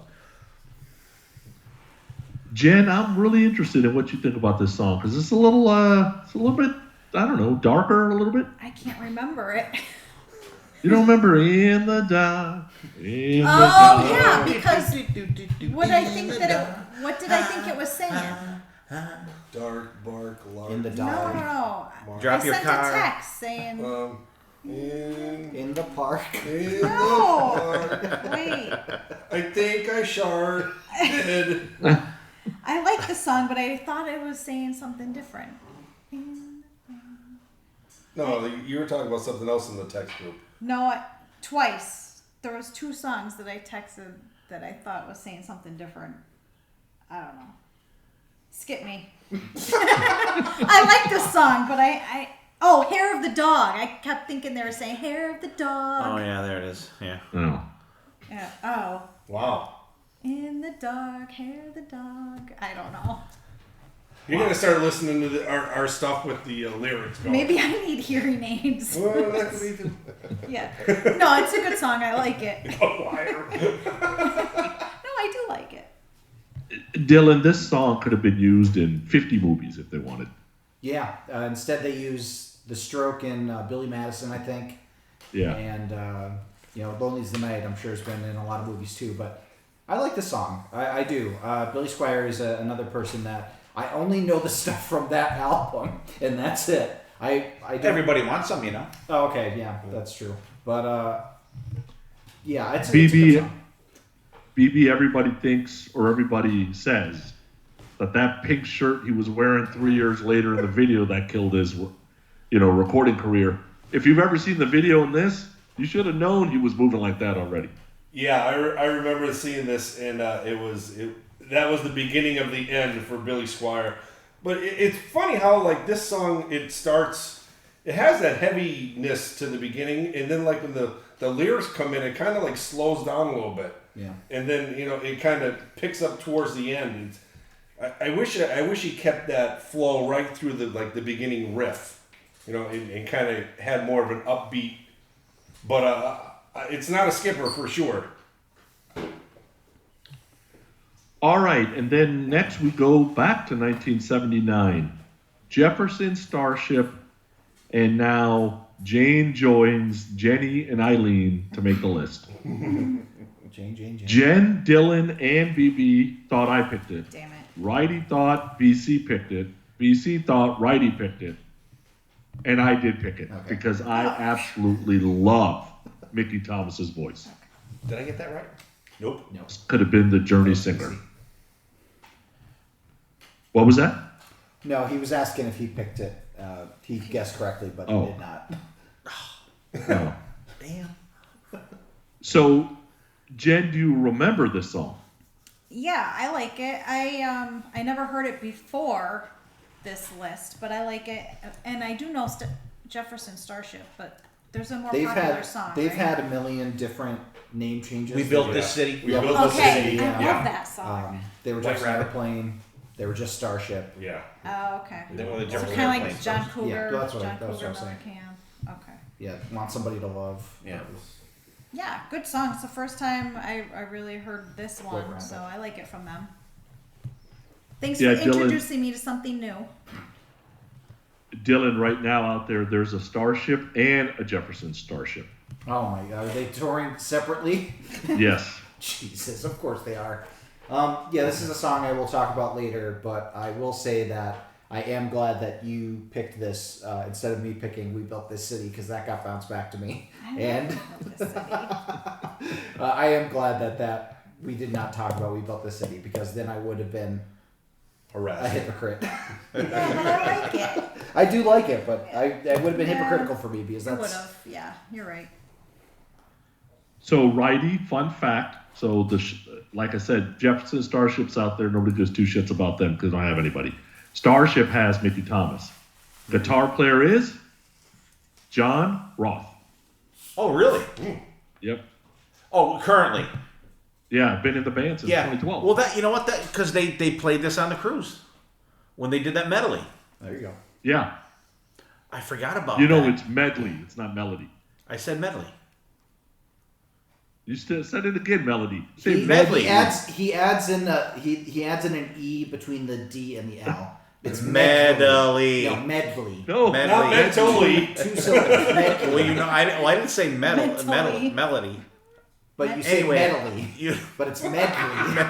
It's like it's like Headley. Whatever. They played that where they played a bunch of songs all mixed together in one. Oh look, What is that called again? it's Hedy Lamar. Yeah. It's Headley. But you know what? And it's weird about this song, how advertisement really works, because the first time I ever heard any part of this song was, remember they used to do the K-Tel records where they would have like Kiss and Journey and everything on there. This one, there was a commercial for this one, and they had Journey Any Way You Want It, and then they showed Jane from Starship. And I remember seeing that, and that's how I went to seek out this song back in the day. I like it. And Sonny, I totally forgot about that with Winger doing that, and John Roth fucking tears it up too.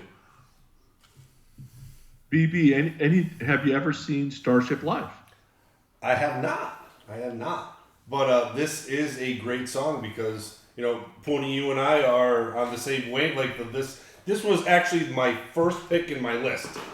And Sonny's like, nope, somebody already picked it. I'm like, what? I can't believe that 3 people wanted to pick Starship. That's right. I'm like, what is going on with Starship? That is really weird. Did you pick the song too? No, I picked We Built the City. Oh, but okay. it's just very strange that we were all feel that. That's kind of the only reason why I knew Sonny picked it, because I had a lot of my list already done, and I think I was the first one to submit it, and he bounced that back. I'm like, oh, Sonny picked this one. But it's a great song, and I think it has a lot to do with that COVID redo with Dino and Holstra and Portnoy, who redid it. That's on YouTube. It's fucking fantastic, the cover of it. All right, so there's half our list, and thank you, Sonny, for doing the first half. We're going to come back with the second half in a minute, but we're going to play a little gem song here to break up the episode. And one of my friends that's actually the guitar player in Reach for the Sky, that our buddy Boo Boo, he's the bass player in that band. Jay Luke, his name is. He's putting out another solo album. Actually, he's got a couple things out there, and he messaged me the other day for me to check out his new song. So I checked it out. I really liked it. So we're going to play that today. And it's the title track from his upcoming album. It's going to be out in July. And it's called Me and My Demons. And it's by Jay Luke.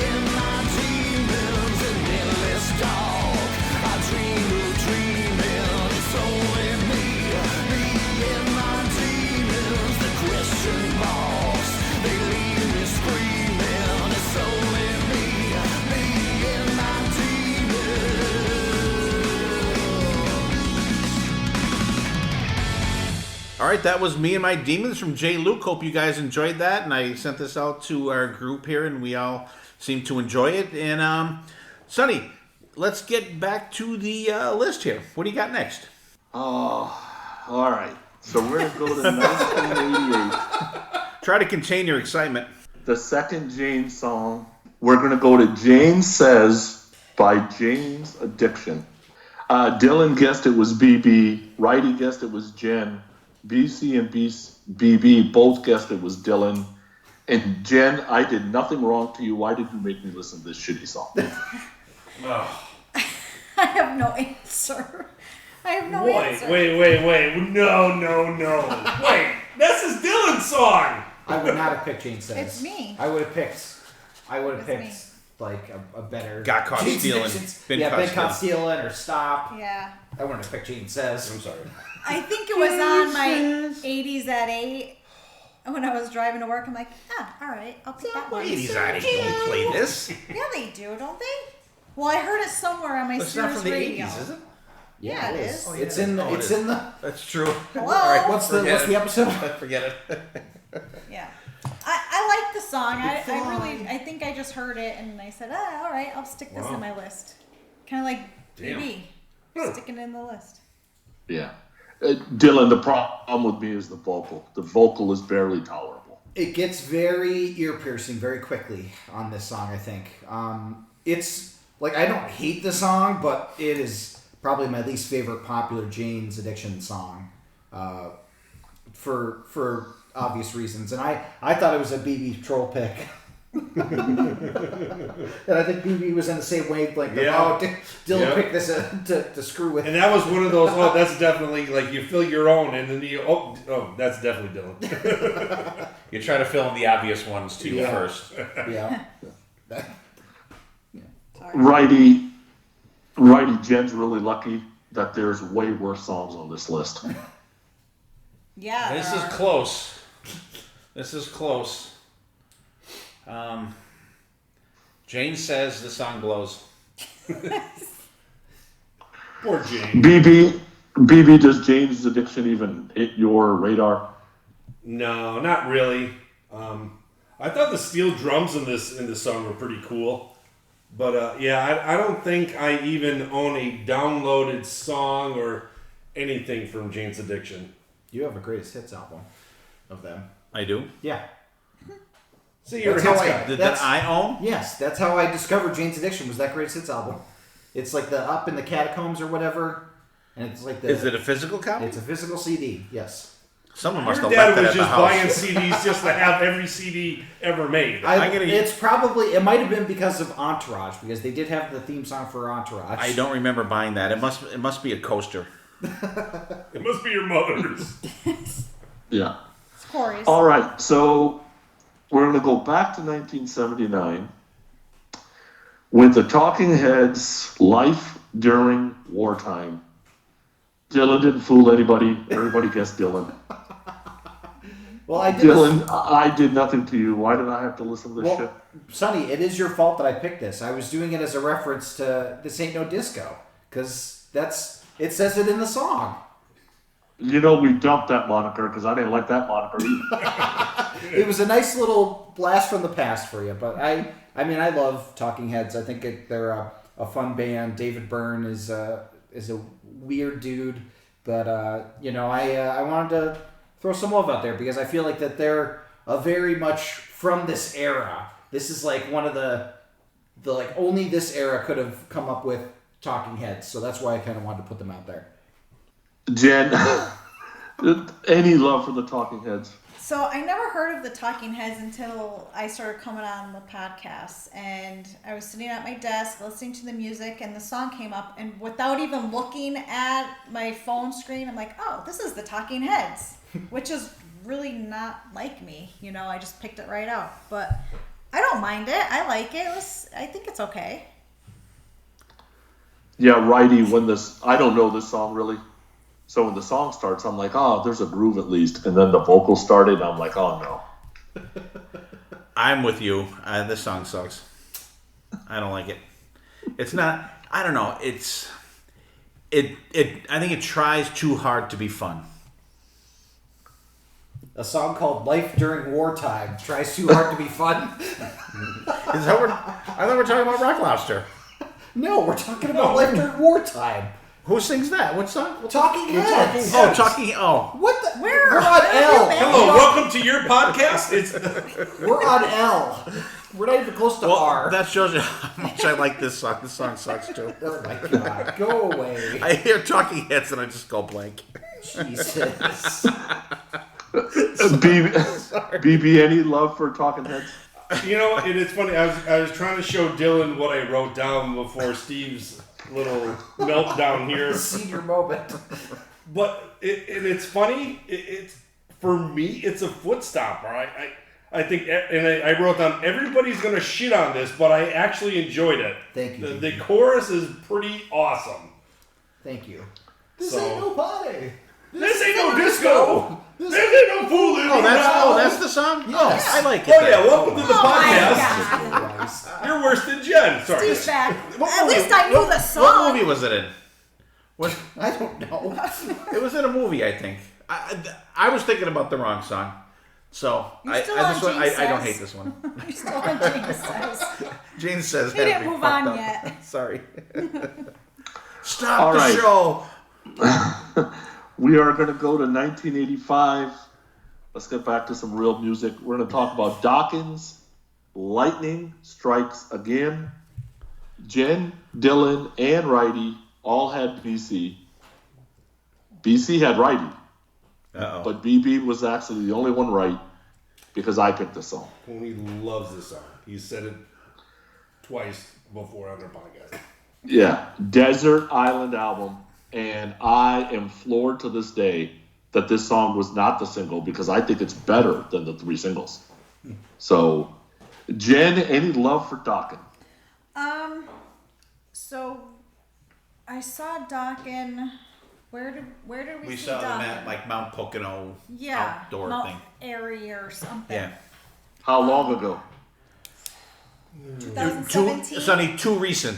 Too recent. Oh my God, I feel so bad for you. 2017 or something. Oh my 16, God. 15. No, it might have been 15. It was 15. That is so 2015 or bad. 14, yeah. So she did not see Dawkins in the good years, Sonny. So I left. It was the first time I left in the middle of a concert. I was like, all right, these people suck. Let's go. Don does not have it. I was not happy with them. But you did miss a good show because if you just took out the singing, the band was awesome. John Levin just fucking Was that crushed on it the that bus night. that Boo Boo had? No bus. Oh.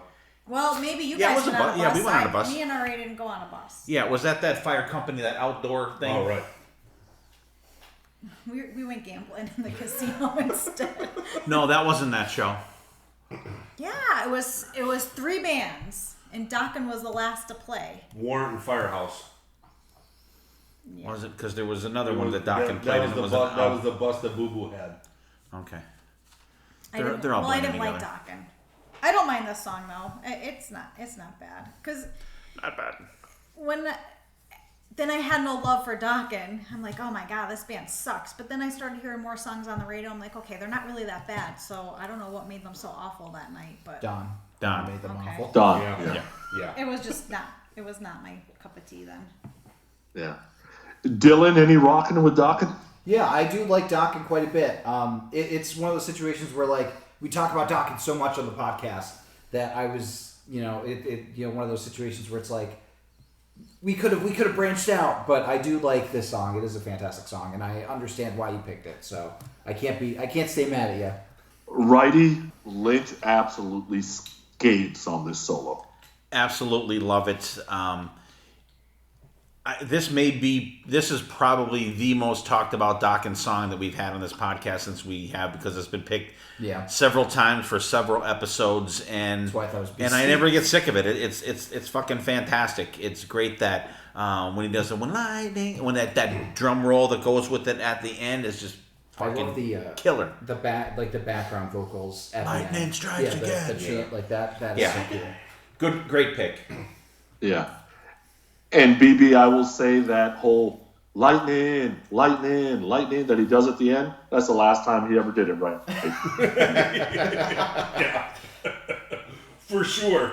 But this is probably in my book, in my library of Dawkins songs, this is probably the song that I have played the most out of their catalog. I think this is probably the greatest Donkin song ever produced. Wow. So Jen, go check this song out. Oh Okay. wait, you already did. And well, yeah. But you forget this one too. Yeah, just go studio with Doc and don't go live. Yeah. Yeah. No, live under the sun is really good. Well, don't go recent live. So I need to All go right, back so- to 1980s. Yeah. Is what you're Yeah. saying. Yeah. 90. So we're going to go to 1982 next with Hall & Oates Man-Eater. So Jen, Wrighty, and BC all picked me. Dylan picked Jen, and everybody was incorrect because it was BB. Troll. What's wrong with a little Hall & Oates every once No, I in a didn't say anything was while? wrong with it. Yeah, she'll chew you up. This is a great song. I always remember this song being on the radio. This is another one of those songs that my cousin had. I think she had I don't know, 82, maybe she had the cassette. She definitely didn't have the CD. She definitely did the CD. I don't think it was a record either, so 8-track. that's probably what it was. But it probably was. But I always liked the song. You know, the only thing this song kind of misses is like that guitar thing that I love to bring out in songs. But this song was always catchy for me. It's always like if you brought up Hall & Oates, oh, Man-Eater. That's like my song that will always go to with Hall & Oates because they have so many other great songs. But yeah, from I think the Water album, H2O album in 1982. That's right. Love it. Jen, when he says Jaguar, it sounds like Jack you off. I didn't get that. I didn't write that down. How? Yeah, I didn't write that down. I like Man-Eater. I actually remember, I have weird memories to songs. I remember listening to this in my eye doctor's waiting room back in the 80s.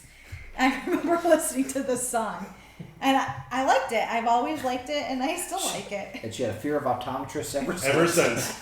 Yeah, that's why I'm still blind. And She refuses to go Poor back. thing's got to take her contacts out to talk to us. Then she can't see us from across the bar. good song. Dylan, that whole sax solo with the delay is fucking brilliant. Yeah, Hall & Oates were a hit-making machine back in the day. Like they're like Foreigner, like almost all their songs they released, everybody knows. And this is another good one. I love a sax solo, and the 80s was the era of the sax solo. Yeah. Actually, we might be getting a sax solo very, very soon. Couple horns coming up here. Might be even the next song we get a sax solo. Wrighty, to me, Daryl Hall, one of the best singers of our generation. Well, that's why I thought you picked the song. And you know, Wait, say I don't have good taste? Huh? No, I figured Sonny would have definitely picked this one because I know he's a big Hall & Oates guy. I don't think I've ever heard BB mention Hall & Oates, truthfully. But good pick though. It had me faked out on that one, but I like the song. It's good. All right, we will go next to 1983's Modern Love by David Bowie. Jen guessed Wrighty. Everybody else guessed Dylan. And it was Dylan, of course. Mm-hmm. Dylan, this is the Bowie I like. Yeah, it's 80s Bowie, Stevie Ray Vaughan on guitar. What's not to like? It has the sax solo in it. I think this is a great album. I like all eras of Bowie, but I always go back to this album quite a bit. I could have picked Cat People, Putting Out Fire to really throw people off, but I mean, Modern Love is just such a classic, so I couldn't not pick that. Jen, I can't imagine that you like the psychedelic Bowie. I'm going to be honest, I don't remember the song. Modern love, modern love. Oh, It's kind okay. of like what they copy Baby Shark off of. This is definitely a nice dance poppy song. I like it. Yeah. All right. Thanks. So you just had to give me a little It's snippet. the early version of Baby Shark. Yeah. You know what? Next time you're gonna have to put like one headphone in your ear, So I can listen when we to it start again. talking Yeah, about just- that one song. just you play can, it. oh, I know this one. Yeah. I do that sometimes when everybody starts praising a song that I didn't like. I'm like, wait, did I listen to the right song? I was actually dancing in my chair to this at work when someone walked in the room. Yeah. Great song. Yeah, I like it. Righty, are you into that weird Bowie? I don't like the weird Bowie. No, I hate that shit. That stuff is terrible. I like this stuff, but like the sax solo in the song is cool. But how do you have a sax solo in the song and you have fucking Stevie Ray Vaughan playing on your Well, album? this was before he was Stevie Ray Vaughan. But he's still Stevie Ray Vaughan. I like it though. I like that. He's I not like Stevie that Ray album. Vaughan. He wasn't Stevie Ray Vaughan yet. He's not Stevie Ray Vaughan anymore. But it's good. I like this one. This is a wiffle grounder that Dylan picked this one too. BB, I remember when Bowie was on MTV, right? So I didn't know who the hell David Bowie was, but China Girl, Modern Love, Dancing in the Streets, and then I go back to listen to some old Bowie. I'm like, oh, no thanks. Yeah, I think the first time I saw David Bowie was with Mick Jagger when he did that. But this song, it's not bad. You got Bowie, you got horns, you got Stevie Ray Vaughan. And I think it works. And I'm not like the biggest Bowie fan, but this was definitely not a skipper for me. I think I'm more of where Jen was, kind of like a little bopping kind of going on. It kind of gets in your head, and you start whistling to it in a way. But I'm not the biggest Bowie fan, but it works. I think this is a very good pick for this type of list that we're doing here. Yeah, I'll be a big enough Bowie fan for the podcast. There you go. Oh, boy. Allison Bowie, you're right there, buddy. Because I remember Dylan did that one album for a birthday album. Yeah, Ziggy Stardust. Yeah, just. I also did Tin Machine. I did Tin Machine. Tin Machine was good, but the Spiders from Mars one, that was a couple ticks up from I'll do Weezer. Black Star this year. And what was that other one? Oh, Radiohead. Oh, Radiohead. Oh, God. Yeah. Sonny, be glad you weren't on that fucking episode. Yeah. That is taken over as the worst album on the Power Than Hell podcast history. Listen, it's considered one of the greatest albums of all time. I had to throw it out to you guys. Wow. All right, so we go back to 1979 next with My Sharona by the Knack. Jen guessed Dylan. Dylan guessed Jen. BB guessed Jen. BC guessed me.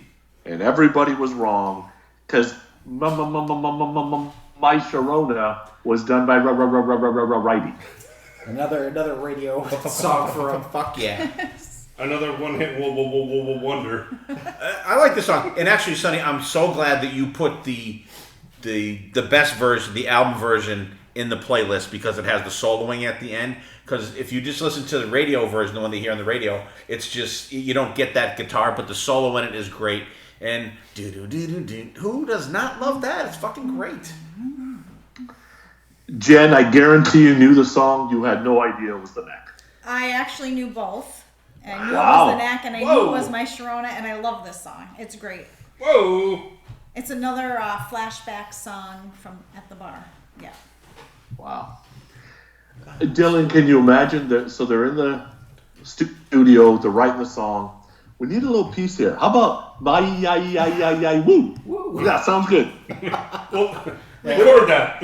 Hey, it worked for them, so I can't knock that. But I will talk about this later on. Okay. But there are two things that I want to point out. One, Royal Blood does a really good cover of it for BBC One, and Will Ferrell dances to it as Janet Reno in on SNL. Oh, really? Yeah. And another female name. Yeah, another female Sharona. name. Yes. Stupid made-up name, but So, that's Yeah. Somebody's name. I'm sure it's someone's name, but it's... I mean, all names are made what's up. in a name? Yeah, what's in a name? A rose by any other name would spell just as sweet. BB, can you name another Knack song? No. She's got the knack. Yeah. Yeah. Nobody can. Their Nobody mama can. Nobody can. Because Steve's only picking songs that he picked off of the one-hit wonders. I actually have this hits album. CD. Well, why don't you name another knack song? I can't. Now, is it in a CD version or is it Vinyl. the I have it on vinyl. You're fucking kidding. I swear to God. I'll show And you. it's I'll just show for you this song? Huh? Yeah, it was $3. All right, he's got to play it this weekend. It was cheaper than buying the 45. I guess it was. 45 was $5. It was $3. Because there's only one good song on it, that's why. All right, so we're going to go to 1981 for the next song, Foreigner's Nightlife. So, Jen thought Dylan picked it. Righty and BC both had BB. BB had Righty. And you were all wrong because it was me. Yes, I got it. What's that? Nightlife. So, Foreigner released 7 different songs as a single off this album, and Nightlife was not one of them. And I do not understand why, because I think it's a great song. Jen, had you ever heard the song before? No, remind me. Oh, dear Lord, baby Jesus. Sonny, we can't be recording at Lucky's anymore. Wait, no, but really, what is it? Come on, sing a I don't lyric. Something. Give me a...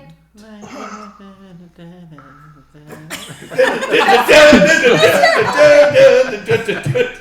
not helping at all. It's not coming back to me. You guys need to open up the Spotify thing and play. Maybe I had to go to the bathroom while I was listening to Whoa. the songs every single time it played. Wow. No. God, he sounds just like Sammy Hagar. I figured this would be right down your wheelhouse. I never put that together. He does sound He kinda does. like Sammy. Yeah. Yet I still like it. What's the matter with that? I totally missed this somehow. I don't remember hearing it at all. Is it on the Interesting. playlist? Yes. Yeah, I just showed you the playlist. Oh, yeah. Fuck off. Wow. You're kicked out twice. Dylan, this was definitely a deeper cut. Yeah, I was very, very happy, Sonny, that you picked a Foreigner song that I did not know, because Foreigner is like the one band that they have a million hits, like I said. And I had not heard this song before, and I really liked it. I thought it was a really good song. And I could absolutely get behind you saying that this should have been a single, because I thought it sounded very single-worthy when I was listening to it. Yeah, and Righty, there's something about Foreigner, like their 70s rock I can get into, but I don't like most 70s rock, though. No, I that is kind of odd for you, but I think that maybe I don't know if their music was ahead of the time, because when the first album came out with all the synthesizer stuff they had on there, Yeah. that was kind of like maybe a little Boston-ish, but that was a little bit ahead of its time too, I think. And I think maybe that's why you like it. Plus, I know you like Kelly Hansen, and it was a great guy that came in after Lou Gramm. And I definitely thought this was BB, because I know BB is a big Foreigner guy, and I thought that this was a single, and I'm really surprised that it's not, because it's a really good song. It's not a single, but it's a great deep track. That kind of just reminded me of Babies on Fire by Sammy Hagar. Fire. Kind of how that. BB, did you try to pick a Foreigner song and I knocked it out? No, but like Steve said, I'm a big Foreigner fan. I love these guys, and I would love, I kind of forgot about this song because it's, that 4 album is just amazing, and it gets buried in those big hits. I would love to see Kelly Hansen sing the song. And I'm sure they don't do this live, but imagine pulling this out of the vault and say, we're going to throw this in, and that would be amazing. That'd be very cool. All right, so we go from 1981 to 1986. Megadeth Peace Sells. So, BC thought BB picked it. Damn, it wasn't BC. Everybody else picked BC, and it was not BB or BC. It was actually me, Wow. because this is the only Megadeth song I like. And I had just heard the best version of it that I'm ever going to hear. So I was like, you know what? I think I will pick this song, because if you guys remember, Jeff Scott Soto and Dave Ellefson did it on the pre-party. And I'm like, that's the best you're ever going to hear that song. So, Jen, any love for Peace Sells, but who's buying? I don't mind it. I'm not a huge Megadeth fan. I went to see them in concert, and I only knew one song. What the hell is their popular song? I don't even know now. What's the popular song? Symphony of Destruction. Yeah, that was the only song I knew when I went to see them. They're okay. Yeah, but this is one of their better songs. That's all I have. Dylan, does Mustaine's voice get to you? Can you put a price on peace? His voice is the least of my concerns with Dave Mustaine, but I like. Leave the politics out. Yeah, I do like a lot of what Megadeth does, but this is a good song. Again, it's one of those situations where we always talk about Megadeth, although we do get spoken word Dave in this song, basically. Yes. Talk to him every day. What do you mean I don't believe in God? Dylan does a good Dave Mustaine spoken word. If there's a new way. Righty, that version we heard live was pretty damn good. That was fucking awesome. And what was even better that it wasn't Dave Mustaine singing it. But it was great. And actually, Dave Ellison was really cool. We spoke to him. Were you there when we were talking to him? I don't know if you were. I think it no, we were talking with Tony, and then Dave Ellison walked by, and we ended up talking with him. And Sonny, I didn't ask him to take our picture again either.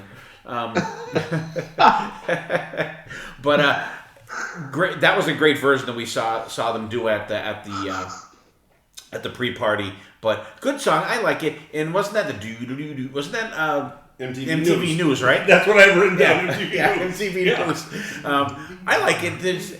But lately, for some reason, I have not been in the mood for Megadeth at all. Like even the new album, I've literally listened to the new album once, and I'm like, I have to be in the mood for, and I have not even been close to being in the mood for Megadeth lately. But I do like the song. Yeah. Know what you mean by that. So BB, the story goes, MTV's using it for the news clip. Mustaine gets a hold of them and says, "You're going to pay me for this?" And then they stopped using it and never paid him. Really? Yeah. That's Mustaine's crazy. still pissed about that. Huh. It's like the internships. They're paying you with experience and exposure. Yeah, for sure. Like that just blows my mind because it just seems like how can you not like that was Jesus? When did they do it? Like on the top of every 3 hours they did news, or every 4 hours they did news, and it was like how did somebody not from the Megadeth camp say, "Hey, did you know that they're using Peace Sells?" You're not paying me for that. Megadeth's a thrash band. They're not going to watch regular MTV. They're going to wait for Headbangers Ball. They're on VH1. No, but I'm a big Megadeth fan. Spoken word, a little bit of vocal wordage. I think Dave Mustaine is great. I can't shit on him. Sometimes I teeter between. I think they're better than Megadeth. I mean Metallica, and then I go back to Megadeth. I go back to Metallica. I kind of teeter with those And then two you realize bands. Anthrax is better than both. Anthrax is better than all of them, and then I'm all confused. But no, great song, and it's funny. Like Roddy said, this is right when the first time this played out of the playlist. Boom! Oh, MTV News. Like your ears just perk up, and the second it starts. But And you no, start love thinking this the song. typewriter. The typewriter, yeah. Yeah. All right, next we go to 1980's Rapture by Blondie. So Jen thought BC picked it. Dylan thought BB picked it. BC had Jen. BB had Righty, and it was Righty. I knew it was going to be Righty if it wasn't BB. Because he always says that it's And the I thought first that- time that somebody rapped as on I'm a sitting song here, I and it's thought it was not you. correct. But Righty, explain yourself. I like this song. It's a weird song. I remember hearing it on the radio back in the day, and it was cool. I love the rap part in it. It's funny. It's fun. It's great. Cars And the eating bars. Cars and bars it's and catchy. It's cars. total earworm for it. Like when I hear it, I sing it for a couple days. It's just a fun song. Jen, the dictionary definition of rapture is a feeling of intense pleasure and joy, and I did not feel that. I like Blondie. The song, Maybe if I keep listening to it, it'll grow on me a little bit more, I guess. All right. That's all. Yeah. Maybe. Dylan, it was just whiny to me. That's what the problem is here. I can understand that. I'm a Blondie fan. I like Debbie Harry's vocals, and this is a song that I do like from them. It's not one that I go to as much, but I do enjoy it. BB #1 song in March of '81 knocked off REO's "Keep On Loving You." No. Oh, wow. Blondie, you little bitch. How dare you? Yeah. And that was after "The Tide Is High" was already #1. Wow. Tide is high and I'm moving on. That's a great like that album song. back then. But I'm not that kind that's of why that's one of my notes. I said maybe this song is called Rapture because she raps at the end. Oh. Ugh. That's using your dipstick, Jimmy. Oh yeah, that's what she said. All right, so we are going to go next back to 1979, and we are going to go with Christopher Cross's "Ride Like the Wind." Jen, BB, and BC thought it was me who picked it, but Dylan picked Wrighty, and Wrighty did pick it. Yeah. Wrighty, Yacht Rock, what's up? Yeah, what about it? Ride Like the Wind. Did I pick this one? Yeah, you did. I did? Wow. Well, you know why I picked it? Because an even better version of this Saxon does it. And You it's should have put another- that I on like here. this. I like this song. It's cool. A bunch of bands cover it, and I always thought it was cool. I like some of the yacht rock stuff. It's good stuff. I enjoy it. I'm glad you did too. Jen, any love for Yacht Rock? I never heard it. Never heard Criss Cross, except for Christopher Cross. Criss Cross. The Newman booked him for his Pnumanium Makes party. you want to jump. Criss Yeah, Cross yeah. makes you want to jump. Chris Cross will make it. No, that's a Yeah. stupid one. No, Chris Cross is great. No. Criss Cross. They were little. But anyway, I might need to listen to this one a little bit more.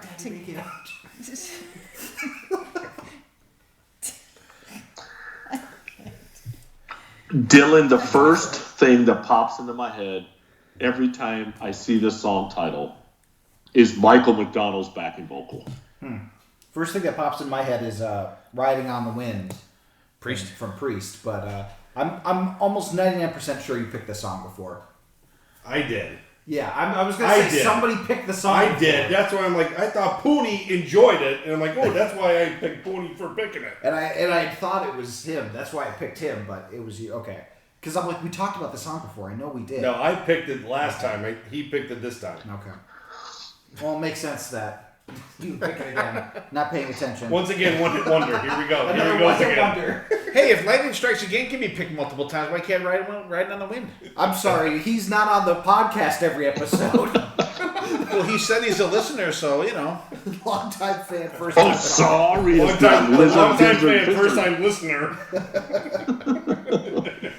I stand by my pick. BB, Christopher Cross is not a one-hit wonder. She's like There's the wind, other Christopher right? Cross. Right? He sings she's like the wind too, right? No, that's Oh no, crazy. it's called Ride Like the Wind, and you picked it. No, I know, but there's another one. She's like the wind, isn't that one of us? That's Patrick Swayze. Oh, okay. Good Lord. Chris Christoph. Oh, he was in A Star Is Born, right? Christopher Cross did Sailing. Remember? Yeah. Say it, take it away. Oh. No, I actually love this song, and I even wrote down. I think I actually picked this at another episode for some other reason, but I think this is a great song. You know, showcases that 80s, 70s, late 70s, early 80s. You know, music. I really enjoyed it, and Jump on the yacht and enjoy, baby. All right, so we stay in 1979 for the next one. Anita Ward's Ring My Bell, Ring My Bell. So, Jen thought Wrighty picked it. Wrighty thought BC picked it. BB thought Jen picked it. BC's the only one who got it right because Dylan picked it. Yep. Yeah. I like Salty Dog's version of Ring My Bell better.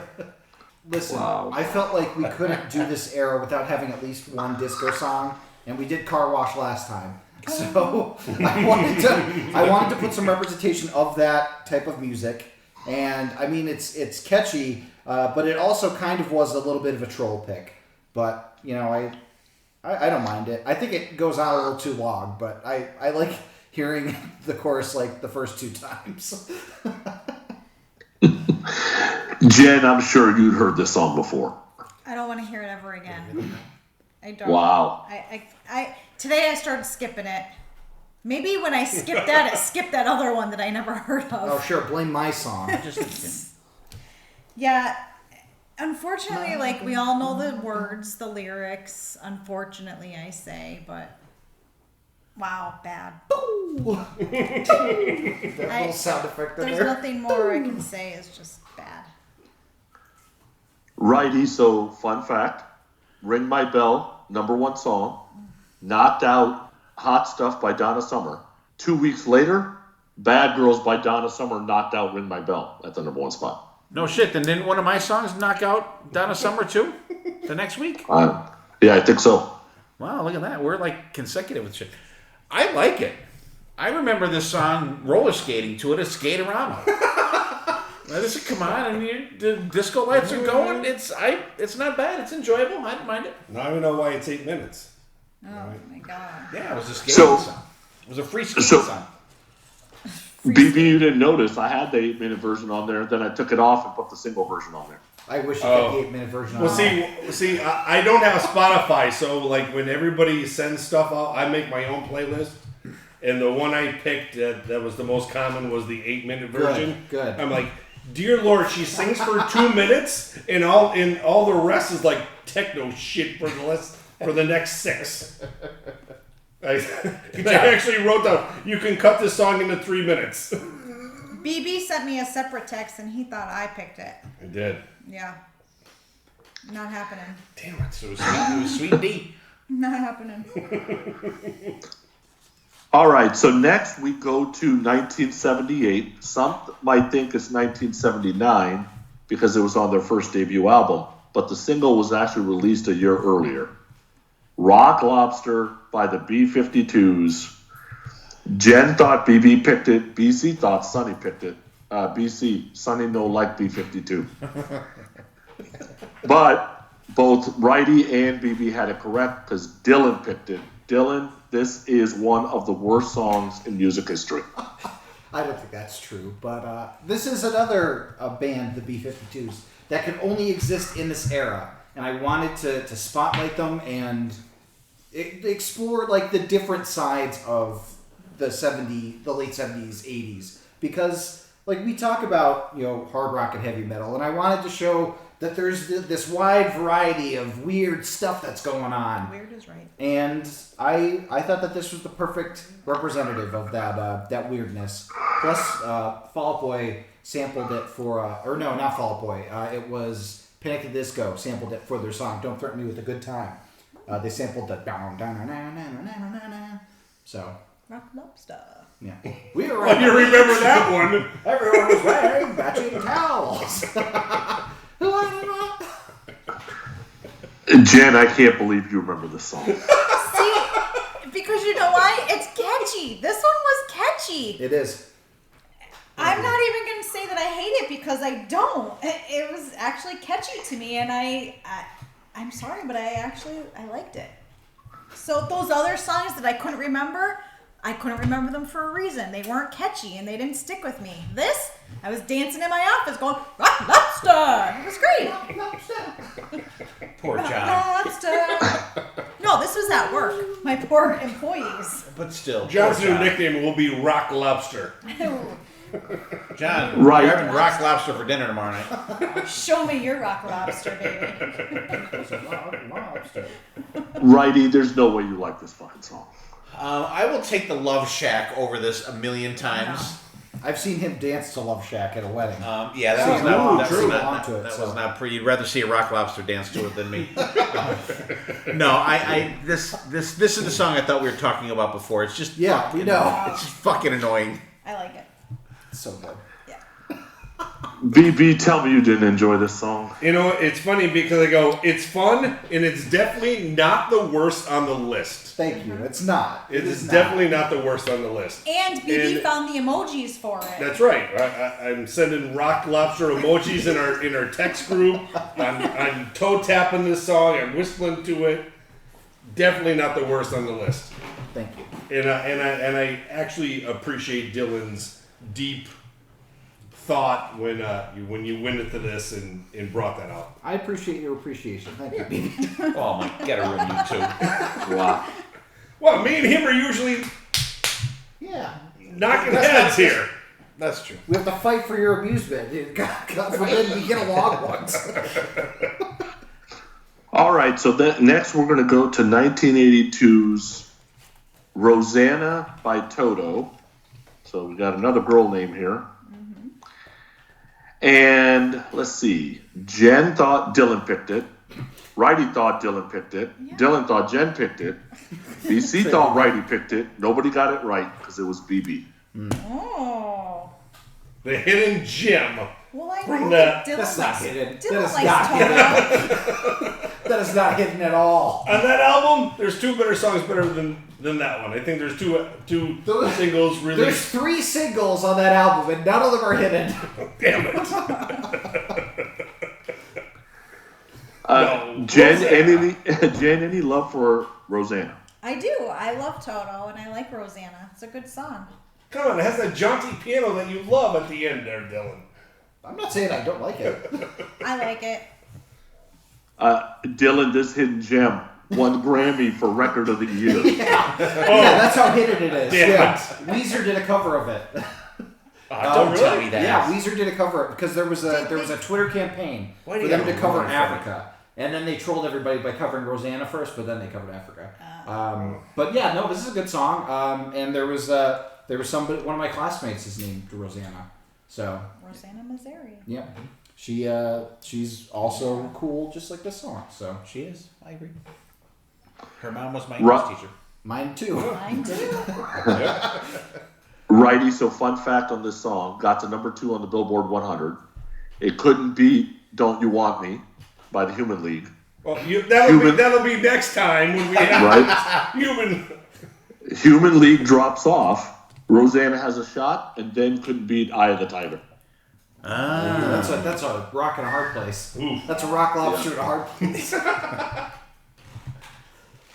Yeah, great song. I love it. Great pick, BB. And I'll tell you what, if you are a rock fan at all and you want to see an awesome fucking show, go see Toto live. Really? Yeah. It was probably a top 10 concert for me. Really? For all the shows I've seen. Lukather. Fucking fantastic. And they're still playing? Yep. Yeah. Steve Lukather is fucking amazing. He plays on more shit than you would ever even think.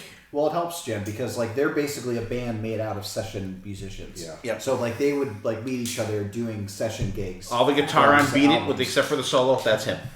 Really? So Yep. they're skilled. Yeah. They Just are. fucking Because we know fantastic. who does the solo. Of course.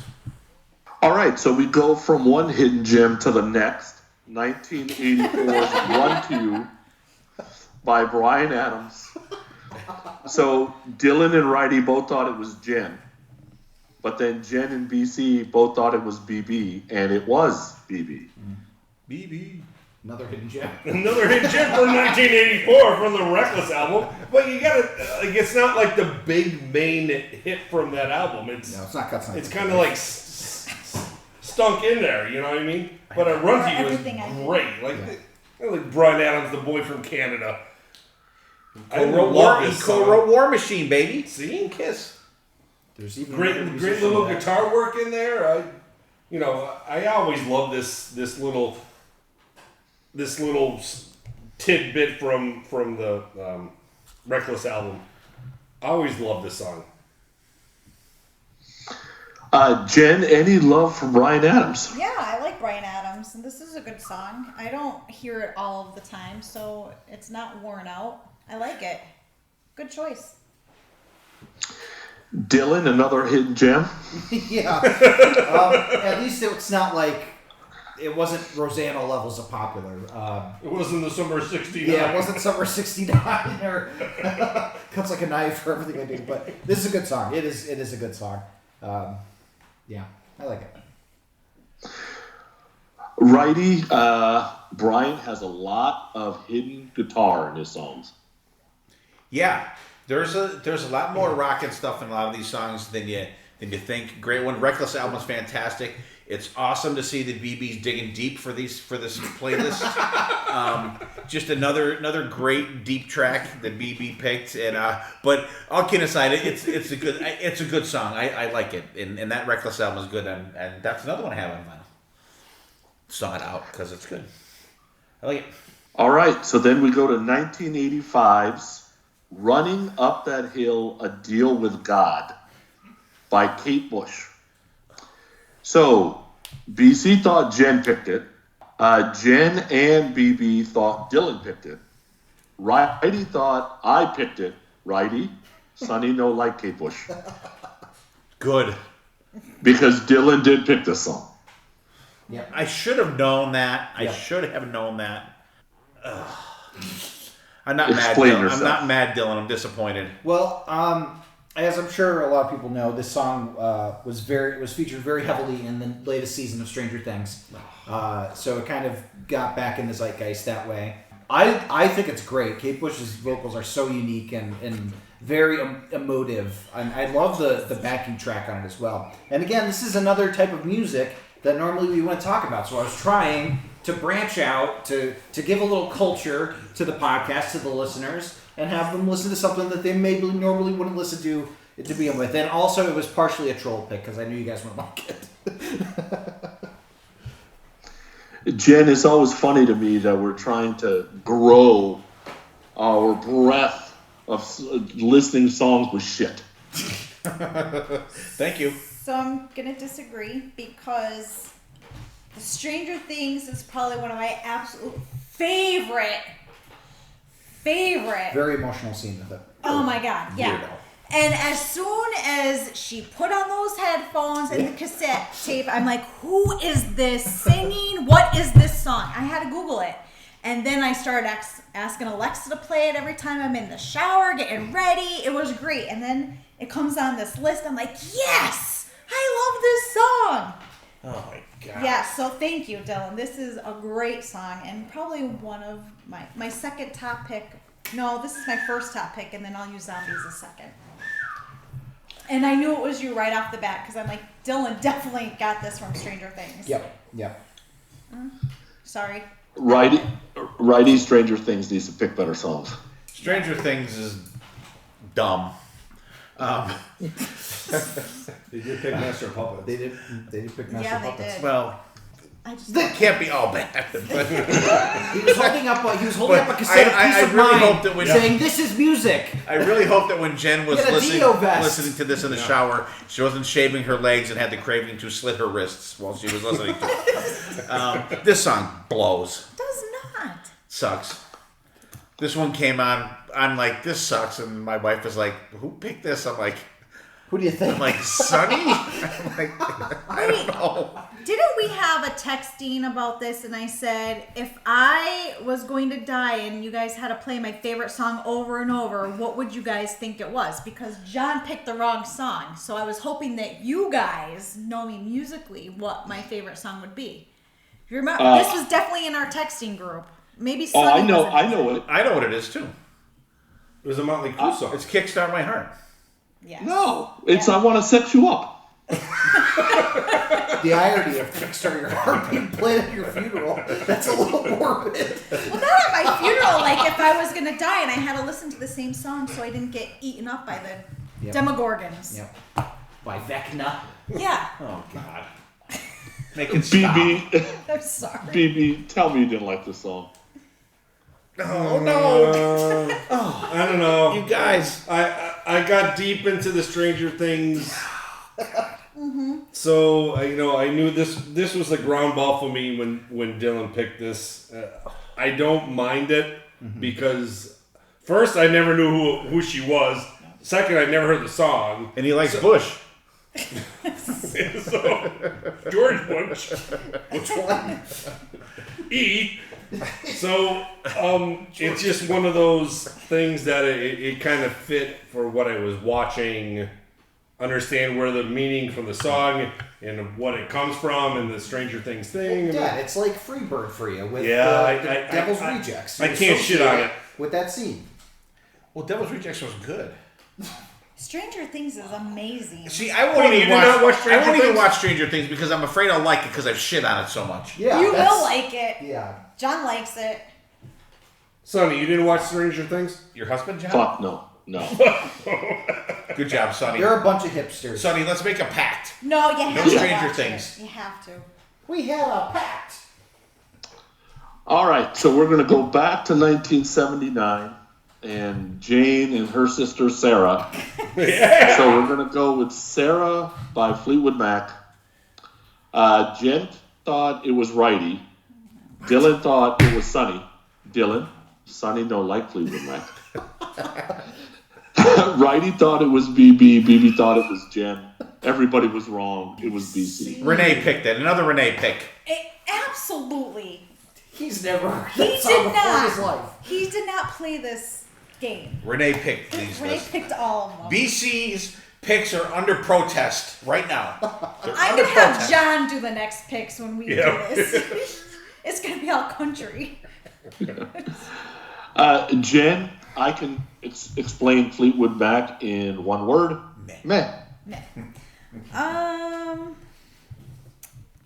I like some Fleetwood Mac stuff. This is probably one of the first times I've heard this song. It's not bad. They're okay. Yeah. My friend RA used to say that when you hear Fleetwood Mac, all you hear is goats. Bah. That's From what. CV Next. Yeah, that's what he used Yeah. to say. Yeah. So that's all. Dylan, I've never been insulted so much in my life that you think I would pick this song. The thing was that it was one of those situations where I was down to like the last songs for. I'm like, I don't have a full 8 picks for Sonny, so I'm going to put this in there. I would say I'm probably the biggest Fleetwood Mac fan in the podcast. Apparently not, because BC picked this. Yeah. But this is from a very underrated album, Tusk, which is a good Fleetwood Mac album. And I do appreciate that he didn't pick, like, any of the ground ball ones. I mean, rumors that it came out 77, so he couldn't pick anything off there. But I think that it was a good pick. I would rather a Christine McVie song, because I think Christine McVie is a better vocalist than Stevie Nicks. I think her voice is like, I don't know, has this purity to it that for me hits me a little stronger. That I like Stevie Nicks' vocals, but just Christine McVie always just like, you hear Songbird and it's like, oof, hits you right in the chest. So, but this is a good song. I'm very surprised that BC picked it. Righty, this song got to number 7 on the Billboard Hot 100. They must have been desperate. I totally agree. This song blows, and I don't like a lot of Fleetwood Mac songs. Another band that I like their popular songs. This one sucks. Who picked this one? Dylan? BC. Oh, Renee picked this one. I'm sorry. Yeah, no on this song. Just there's some Fleetwood Mac songs that I like that are cool. This one, I'm like, what the fuck is this? I think this one is on the dance too. It's on. Yeah, on the they dance. Might have played it. And yes. like this would be like a piss song for me for Fleetwood Mac. Nah, I'm good. BB, any Fleetwood Mac love? Yeah, because I don't understand what you guys are listening to. I thought this was really, really good. I liked it, yeah. Stevie's boring. vocals It's are boring. fucking fantastic. It's that signature Fleetwood Mac sound that they've been pawning off for years. I don't understand where the lull is for this, because They did not. The Play whole it on song's a lull. They did not play it on the I- dance. I don't understand. No. It's not bad. I definitely not a skipper. Definitely top 10 of this list for me. Wow. Holy Okay. shit. Dylan and BB are going to be walking home tonight. Yeah. All right, so we're going to go to 1981 next with The Cars' Shake It Up. Dylan thought BC picked it. BB thought Dylan picked it. BC thought I picked it. Dylan. But Righty had the only one. Jen picked it. Did. Chiquita. Jen, explain yourself. I like it. I was looking up songs from that era, and that came up. I'm like, oh, this is a good song. I could dance to this, shake it up. It's probably... I figured that these guys would never think I picked it, so... Except for Steve, for some reason. Yeah. Dylan, you don't even know. You weren't born yet. This song was on MTV every hour. I can imagine. I like the Cars quite a bit. Without Rick Ocasek, there would be no Weezer, since he produced Weezer's first 2 albums. So he produced your second favorite album from the podcast app. But yeah, it's a good song. They're a great band. He's dead, right? Yeah, Rick Ocasek passed away. Yeah, Righty, this song got to number 4 on the Billboard Hot 100. It deserved it. It's a good song. Oh, I'm not surprised. It's great. Like you said, the video that played like every 15 minutes on fucking MTV, and then when Magic came out, that played even more probably. But I'm like, this is Jen. I could picture Jen sitting at her desk bopping to this song at work. Yep. Definitely shaking it up. Good pick, Jen. Thanks. Good job. It's about time you picked a good one. Yeah, I figured. Wow. Says the guy that picked the Pina Colada song. Yeah. Yeah, BB, do you remember? Like, Shake It Up, Magic, Hello Again, You Might Think. Like, it was over every 15 minutes. Yeah, for sure. Like that album was on the radio, on MTV, and like jammed it down your throat. But, you know, it's funny, like you go back to it now, because I probably haven't listened to The Cars, is it The Cars? The Cars. In, 20 years at least. But it was kind of like a good refreshing to come back to this song, and it kind of remembered the MTV days and watched them on TV. So it was not a skipper. It didn't bother me, but it is one of those popular car songs. But it was all right. See, since I was so much younger, it wasn't overplayed for me because I didn't hear it back in 1980. Sorry, I'm not making fun of your age or anything. I'm just saying you're not that much. You're only like 3 years younger than me. But I never heard it over and over and over and over. BB. Much like Steve, she wasn't paying attention back then. Yeah, good job. Wait, All right, so we're gonna go to 1982's "Shaken" by Eddie Money. Next, Shaken. Dylan and BC both thought Righty picked it. Everybody else had BB, and BB did pick it. Yeah, I'm so sick and tired of picking the same song over and over and over and over again, but this song is so good. Like, the drums and the guitar in this song are so amazing. And just a story behind it, like having your, friend who is a girl who has a dad who has an amazing car, and you just want to, like, go for a ride. It's just, it's like one of those summertime songs. Right, Sonny? I could have thrown this out and have Shaken on your podcast, but I really enjoy this, and even Corey Taylor and another band called Hookers and Blow do a great cover of this. That's guys from Guns N' Roses. Yes. That band. Yeah. Yeah. Jen, would you be okay if somebody wanted to date you because your father has a cool car? She's gonna say it depends what he looks like. Depends what he looks like. See? My dad, when I had guys come over the house, my dad would be like, "You want to see my gun collection?" And then I'd be like, "Dad, that's not cool anymore. Like, that's Yes, just it not is. cool. It's It's not." cool, You but he's trying to scare them. You ever see Bad Boys 2? And I still ended up Exactly. pregnant at 17. That's me and so BB it with didn't Casey's matter. boyfriend. There was a really funny SNL skit where they were doing like the prom pictures with him with the gun, and he shoots his dick off. My dad didn't have a cool car. We had a Chevy Celebrity. That's not. But I like this song. I saw Eddie Money at the Rock 107 birthday bash. He was loaded. Ripped up. Rest in peace. Loaded. Rest in peace. Yeah, As loaded, well. loaded. So I'm glad I saw him before he kicked the bucket. Dylan, people don't realize how rock Eddie Money was, man. There's a lot of guitar in those songs. Yes, I will talk about this song later in the episode. But yeah, Eddie Money. Wrighty, still the only actual singer I've ever done karaoke with. Oh, yeah? Yeah. Did he punch you in the face when you were done? No, we did 2 Tickets to Paradise together. Oh, Wow. that's cool. Whoa! Yeah. All right, good. That's cool. Who was more loaded, you or him? That's a split. Okay, coin flip. Split decision back in the day. That's funny. And the funny thing about this song, I love this song. I think it's fantastic. The funny thing about this song is when we were doing our picks, I sent my picks to Sonny, and this was one of my picks, and you had already picked it. This was one that Sonny kicked back to me. Because I think this was Right? before. Yeah, I know. Yeah. I pick this all the fucking time. This is my ground ball. I'm like, I like it.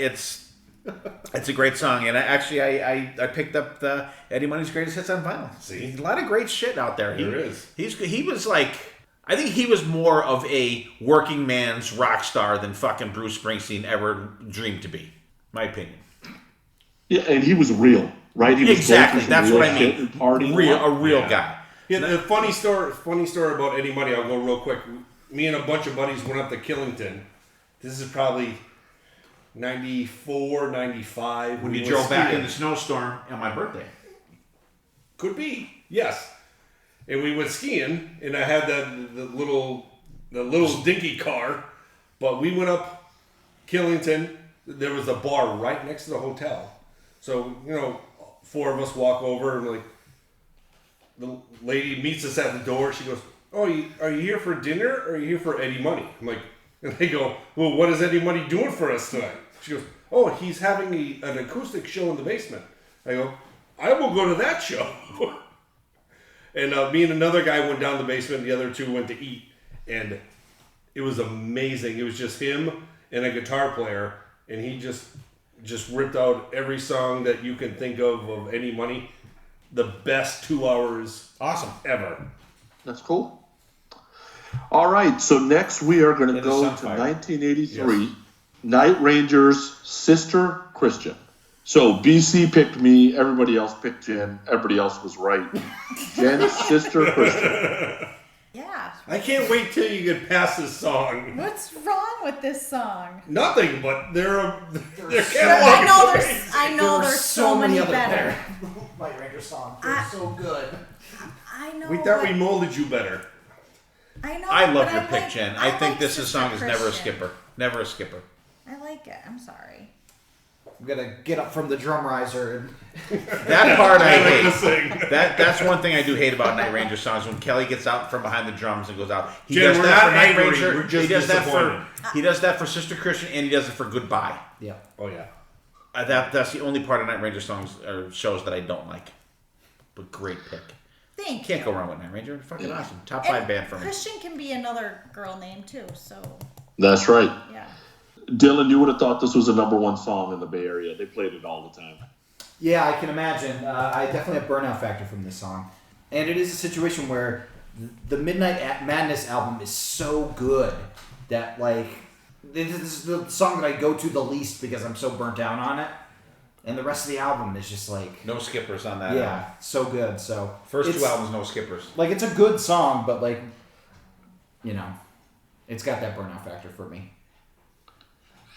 We know how Wrighty feels. We'll skip him. BB, Yeah, I'm almost piggybacking what Dylan said. It's a great song. It's just I want to hear something more from Night Ranger. I don't want to hear this song because it's all over the place. All right, next we're going to go to 1988, Europe's song called Superstitious. BC and Wrighty thought BB picked it. Dylan thought BC picked it. Jen thought Wrighty picked it. And BB was the only one right because I'm the one who picked it. So I'm a huge Europe fan. Dude, I love the acapella start to this, and then just the synth comes in, and they do the next line. Like, this is the first song you hear. This is the first single after Final Countdown is done. So I think it's a great song. Jen, had you ever heard this song before? Of course.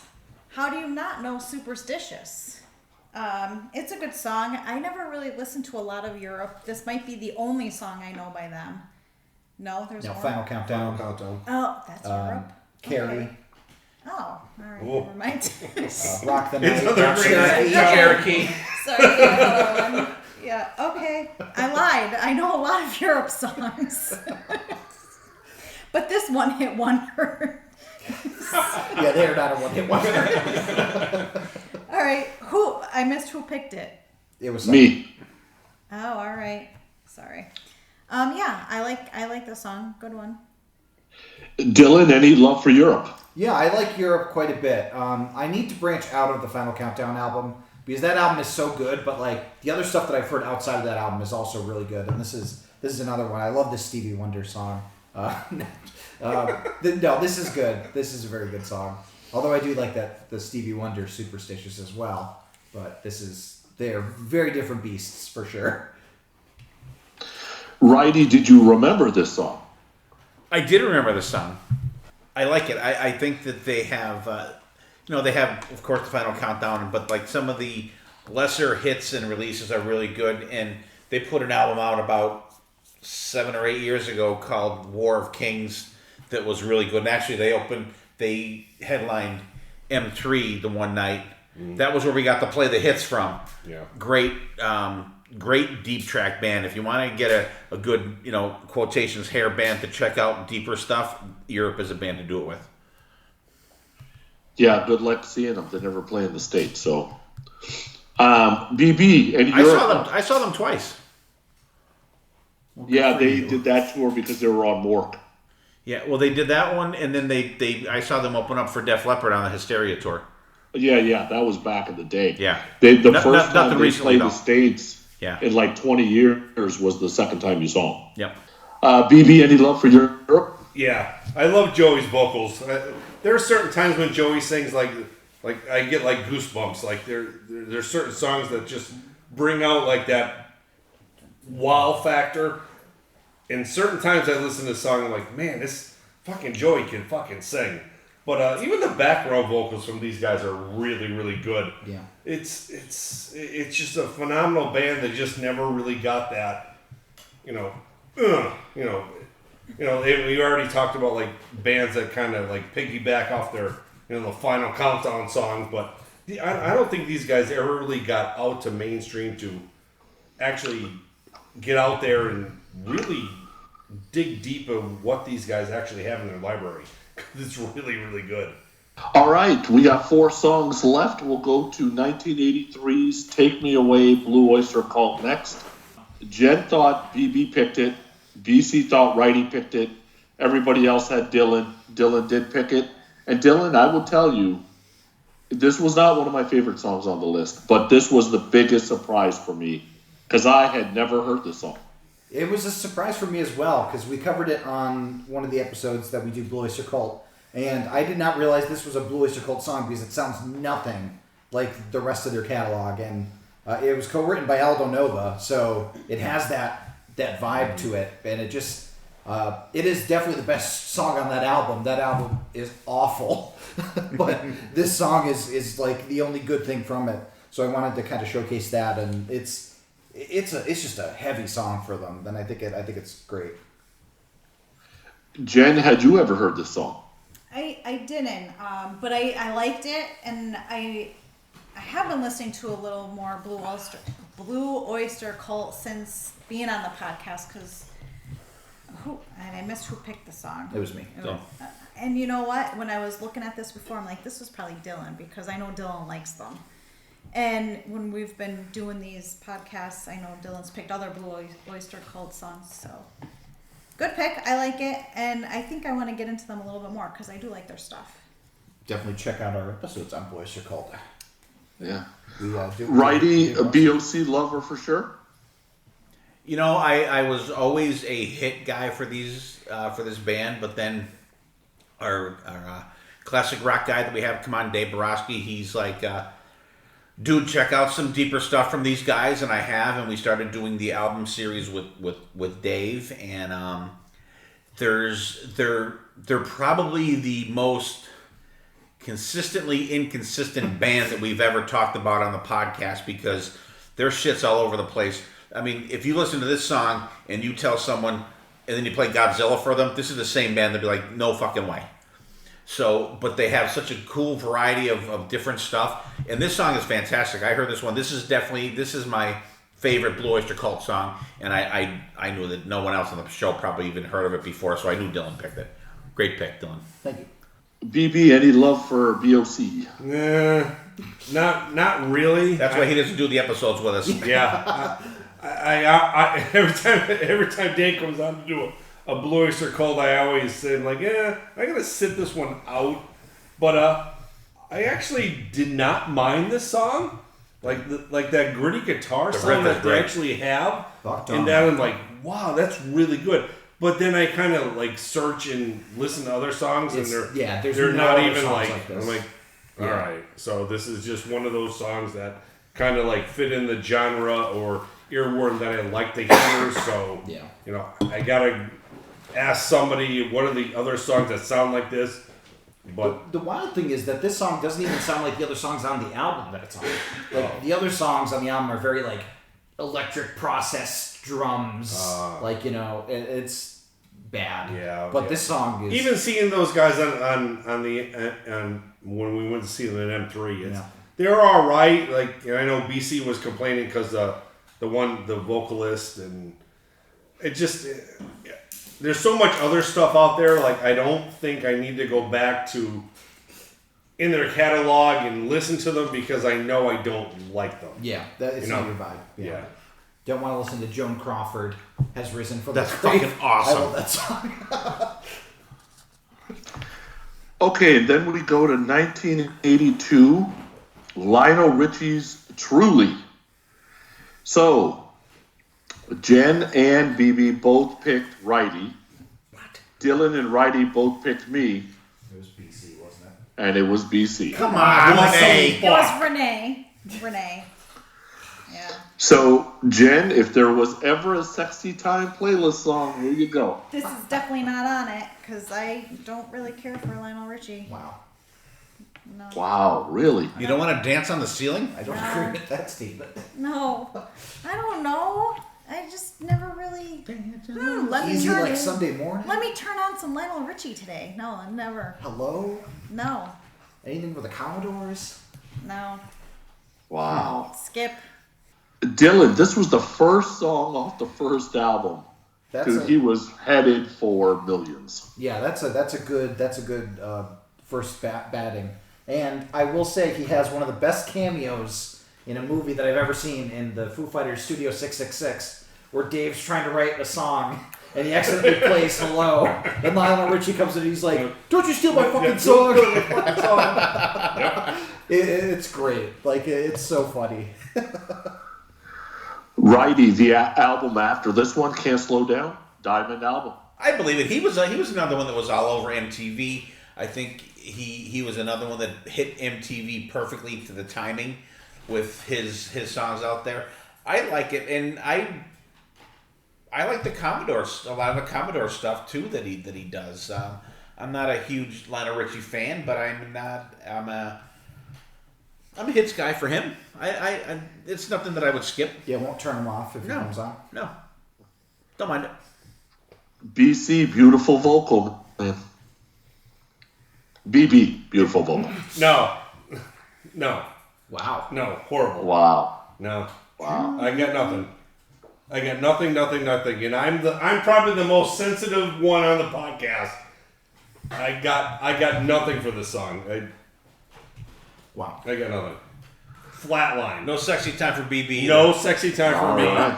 I got Flatline. BC you're dead to me. It's Renee. Two songs left. Polar opposite songs. Both picked by the same person. Whoa. So, Uptown Girl by Billy Joel from 1983. Dylan thought Wrighty picked it. Wrighty thought I picked it. BB thought Dylan picked it. BC was the only one that was right because Jen picked it. I should have known. Yeah. Some Billy Joel, Jen? Yeah, I love Billy Joel. He's great in concert. He has a lot of great songs, and this is my favorite Billy Joel song. I love it. It's great. Dylan, this was supposed to be an homage to the Frankie Valli and the Four Seasons. I can definitely see it, especially with the background vocals. Got that high falsetto. I like Billy Joel quite a bit. I like the movie that shares the name of this with Brittany Murphy. I think a young Dakota Fanning as well. But this is a great song. Christine and I jammed to Billy Joel quite a bit. So I will never skip Uptown Girl. Uptown Girl. Did you see him in concert? My mom was pregnant with me. Oh my god. In utero. So technically, I heard it. You should go. No, I He definitely is want to. so good. Yeah, we jam all the time to Seats from an Italian Restaurant and Yeah. Uptown Girl, and We Didn't Start the Fire, which was just updated by Fall Out Boy Death. Really? Oh, great. It is not good. Shocking. Wrighty, some fun facts on this. It topped out at number 3. When it topped out at number 3, number 2 was All Night Long, Lionel Richie. There you go, BB. Number 1 was Say, McCartney. Oh, there you go. There's another pick for you next year. I don't like that one. Poor Billy, huh? Yeah, I really like Billy Joel. I do. I got to see him live down in Washington D.C. We watched him in a fucking monsoon, and it was great because he came out and the very first thing he did, he played "Singing in the Rain," fucking pouring like a motherfucker out. Great show, but this song is probably one of my least favorite Billy Joel songs. I hate it. I love a lot of Billy Joel stuff. And I'm like, when we were doing this list, I'm like, oh shit, I'm going to pick Captain Jack. Fucking awesome song. I go back. It's like from 1974, so I didn't get to pick that. But Jen, good artist pick, but terrible song pick. You can leave now. That's three. That's 3 times. Three. Nice. Three That's times. three. 3 strikes you're out. But I've been nicer each time. The next time I come, I'll leave 3 times. Well, Jesus was denied. So BB, another fun fact, so he couldn't get the number 1 song. So then the album gets nominated for a Grammy for Best Male Pop Vocal Performance. Lost to Thriller. Oh. Really? What was that? That's What was hard. the album? Glass Houses? No. No, this album was Innocent Man. Yeah. Oh, it's a man. With him on the stoop, right? Yeah. Yeah. This song's all right. It's not like the. I think it's a tire factor because didn't they record this, or it's about when they were down like in Allentown or something? No, that's it's Allentown. about his wife. That's Allentown. No. It's about his wife. No, I know, but they recorded it like the video in Allentown, and there was like a gas station or like a tire thing. I And think that's a lie. I mean, I don't Dylan's really know. gonna check that. Dylan, No, they were Fact like check mechanics. They were in the garage. You're thinking of the right Yeah. thing. Oh. I think it's Allentown. Fact check. I cannot All right. say It's where all it right. was recorded, but Jen picked it. I do remember the mechanics. Jen picked it. It's all right. Mike She's and the giving me mechanics. she's giving me the stink eye with the non-contacts, You're so gonna she be- can't see I me. can't see your But she face knows either. exactly where kind of I am. She sees in the a way. So yeah, Billy Joel's not bad. And the last song, 1988's Waiting Room by Fugazi. Dylan thought BB picked it. BC thought Dylan picked it. Wrighty and BB both thought I picked it. Guys, Sonny no like Fugazi. I never heard. This is a Jen pick. I never heard the fucking song in my entire life, and Jen picked it. It sounds like Yeah. something someone on The Sopranos would say. She's Fugazi. No, it's a Fugazi. You get some gabagol. You know, it's funny. Like you've never heard certain songs, and you heard this. Yes, because the band that I used to follow. Remember, I'm a groupie. They used to play Fugazi all the time. Oh my god. This song. This song. Thank God you have new friends now. Yeah. Dear Lord. Yep. Oh. Sorry, Sonny. I thought it was you. I will apologize. Yeah, I apologize tenfold. Did someone pick me for this? No, I picked BB because I thought it was a troll pick. Oh, okay.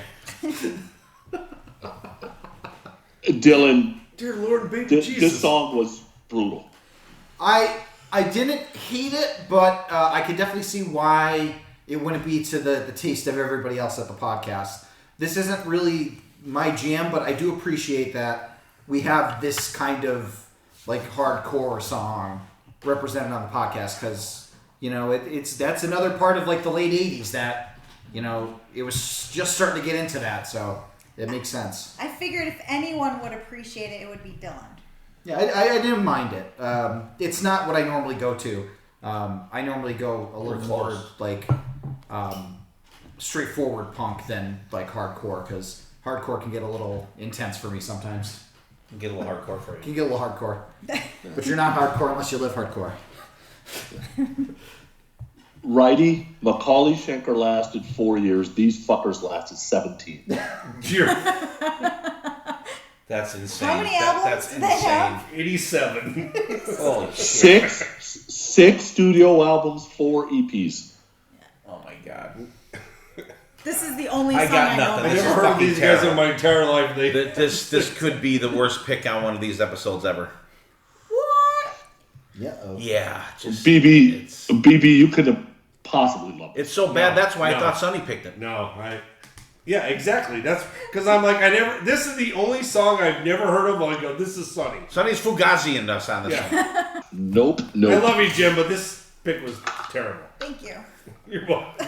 I appreciate that.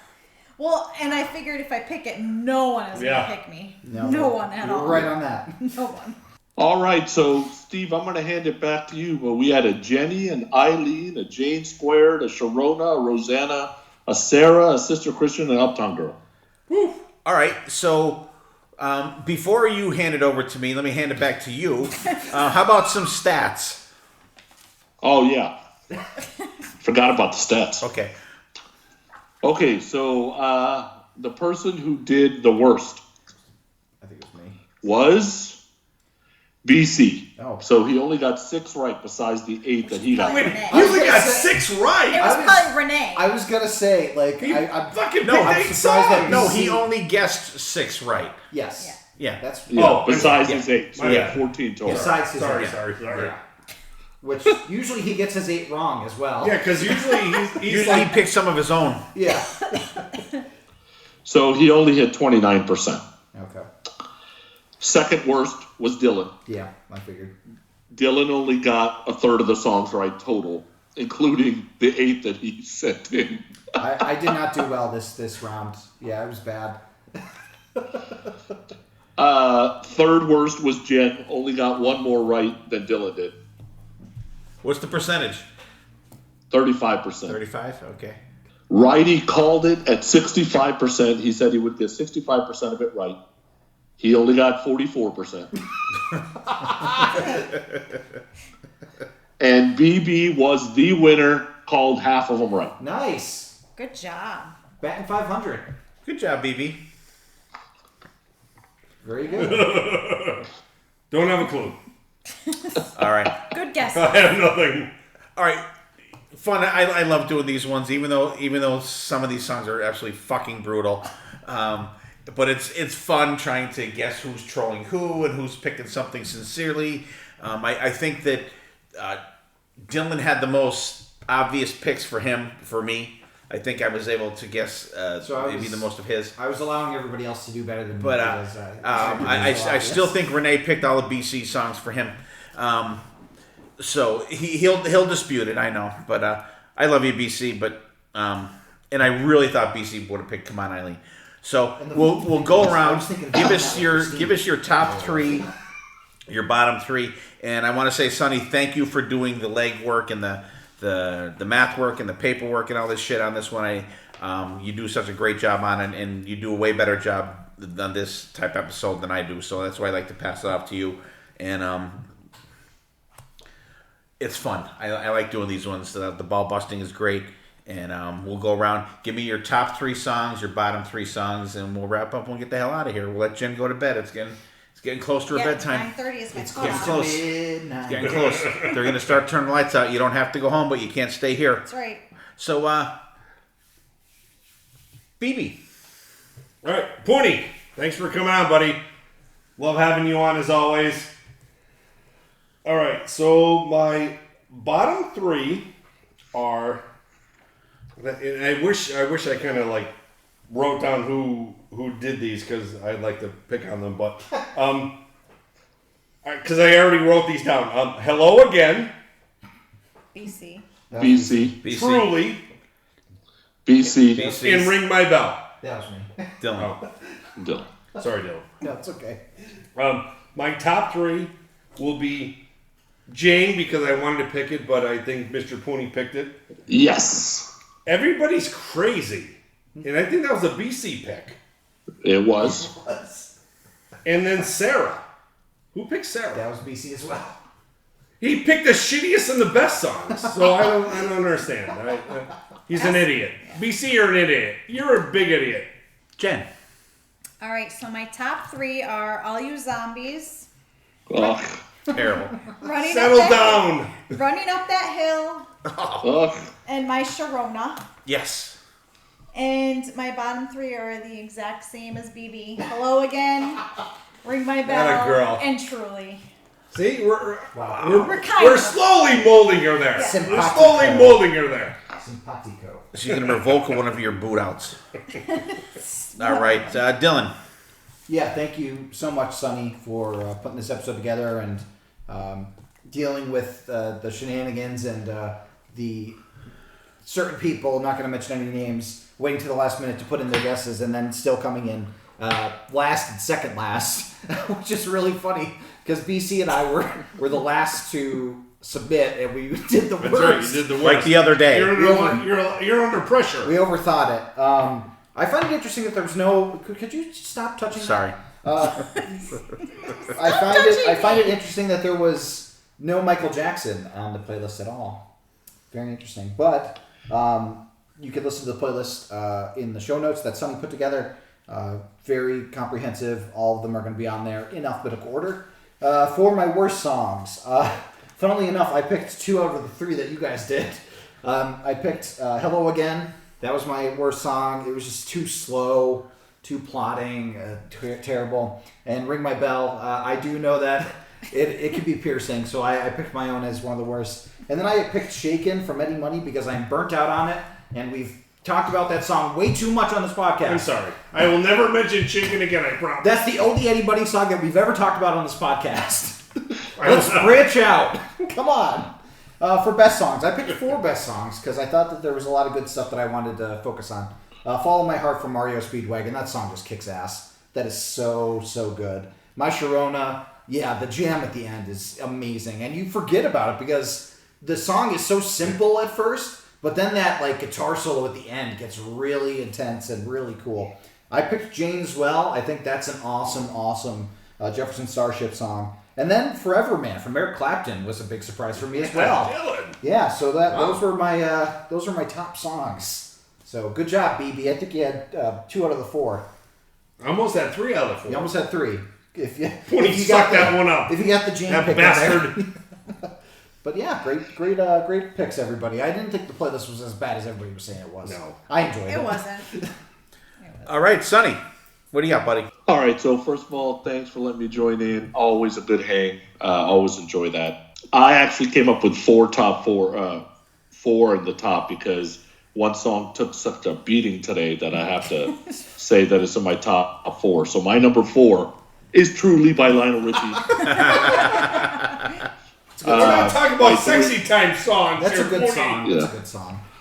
My 3 is Sister Christian, a great song. 2 is Don't Mean Nothing by Richard Marx, great song. And then Man Eater by Hall & Oates. I mean, I would have picked all these songs if somebody else had them. So my bottom 3. Dude, All You Zombies is fucking brutal. Oh my god, I love it. It is so bad. It gives Hooters a bad name.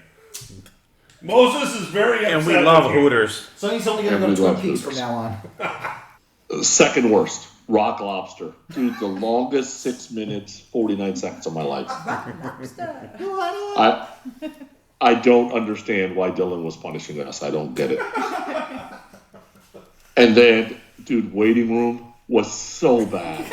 The last time I heard Fugazi was Johnny Depp said it to Al Pacino and Donnie Brasco. Remember? I wish I was watching that movie instead. That song is so bad. I'm with Wrighty. The worst song ever played on this podcast. Wow. Wow. I'm so glad I made a mark. Yeah. Skid mark. All right. Once, Jen, thank you, and thank John for having us here at Lucky's. It's always fun coming here. There's always a little extra amount of ball busting when we have it here. Sonny, once again, thank you for doing all the stats and the legwork on this. It's always fun. Your commentary is awesome.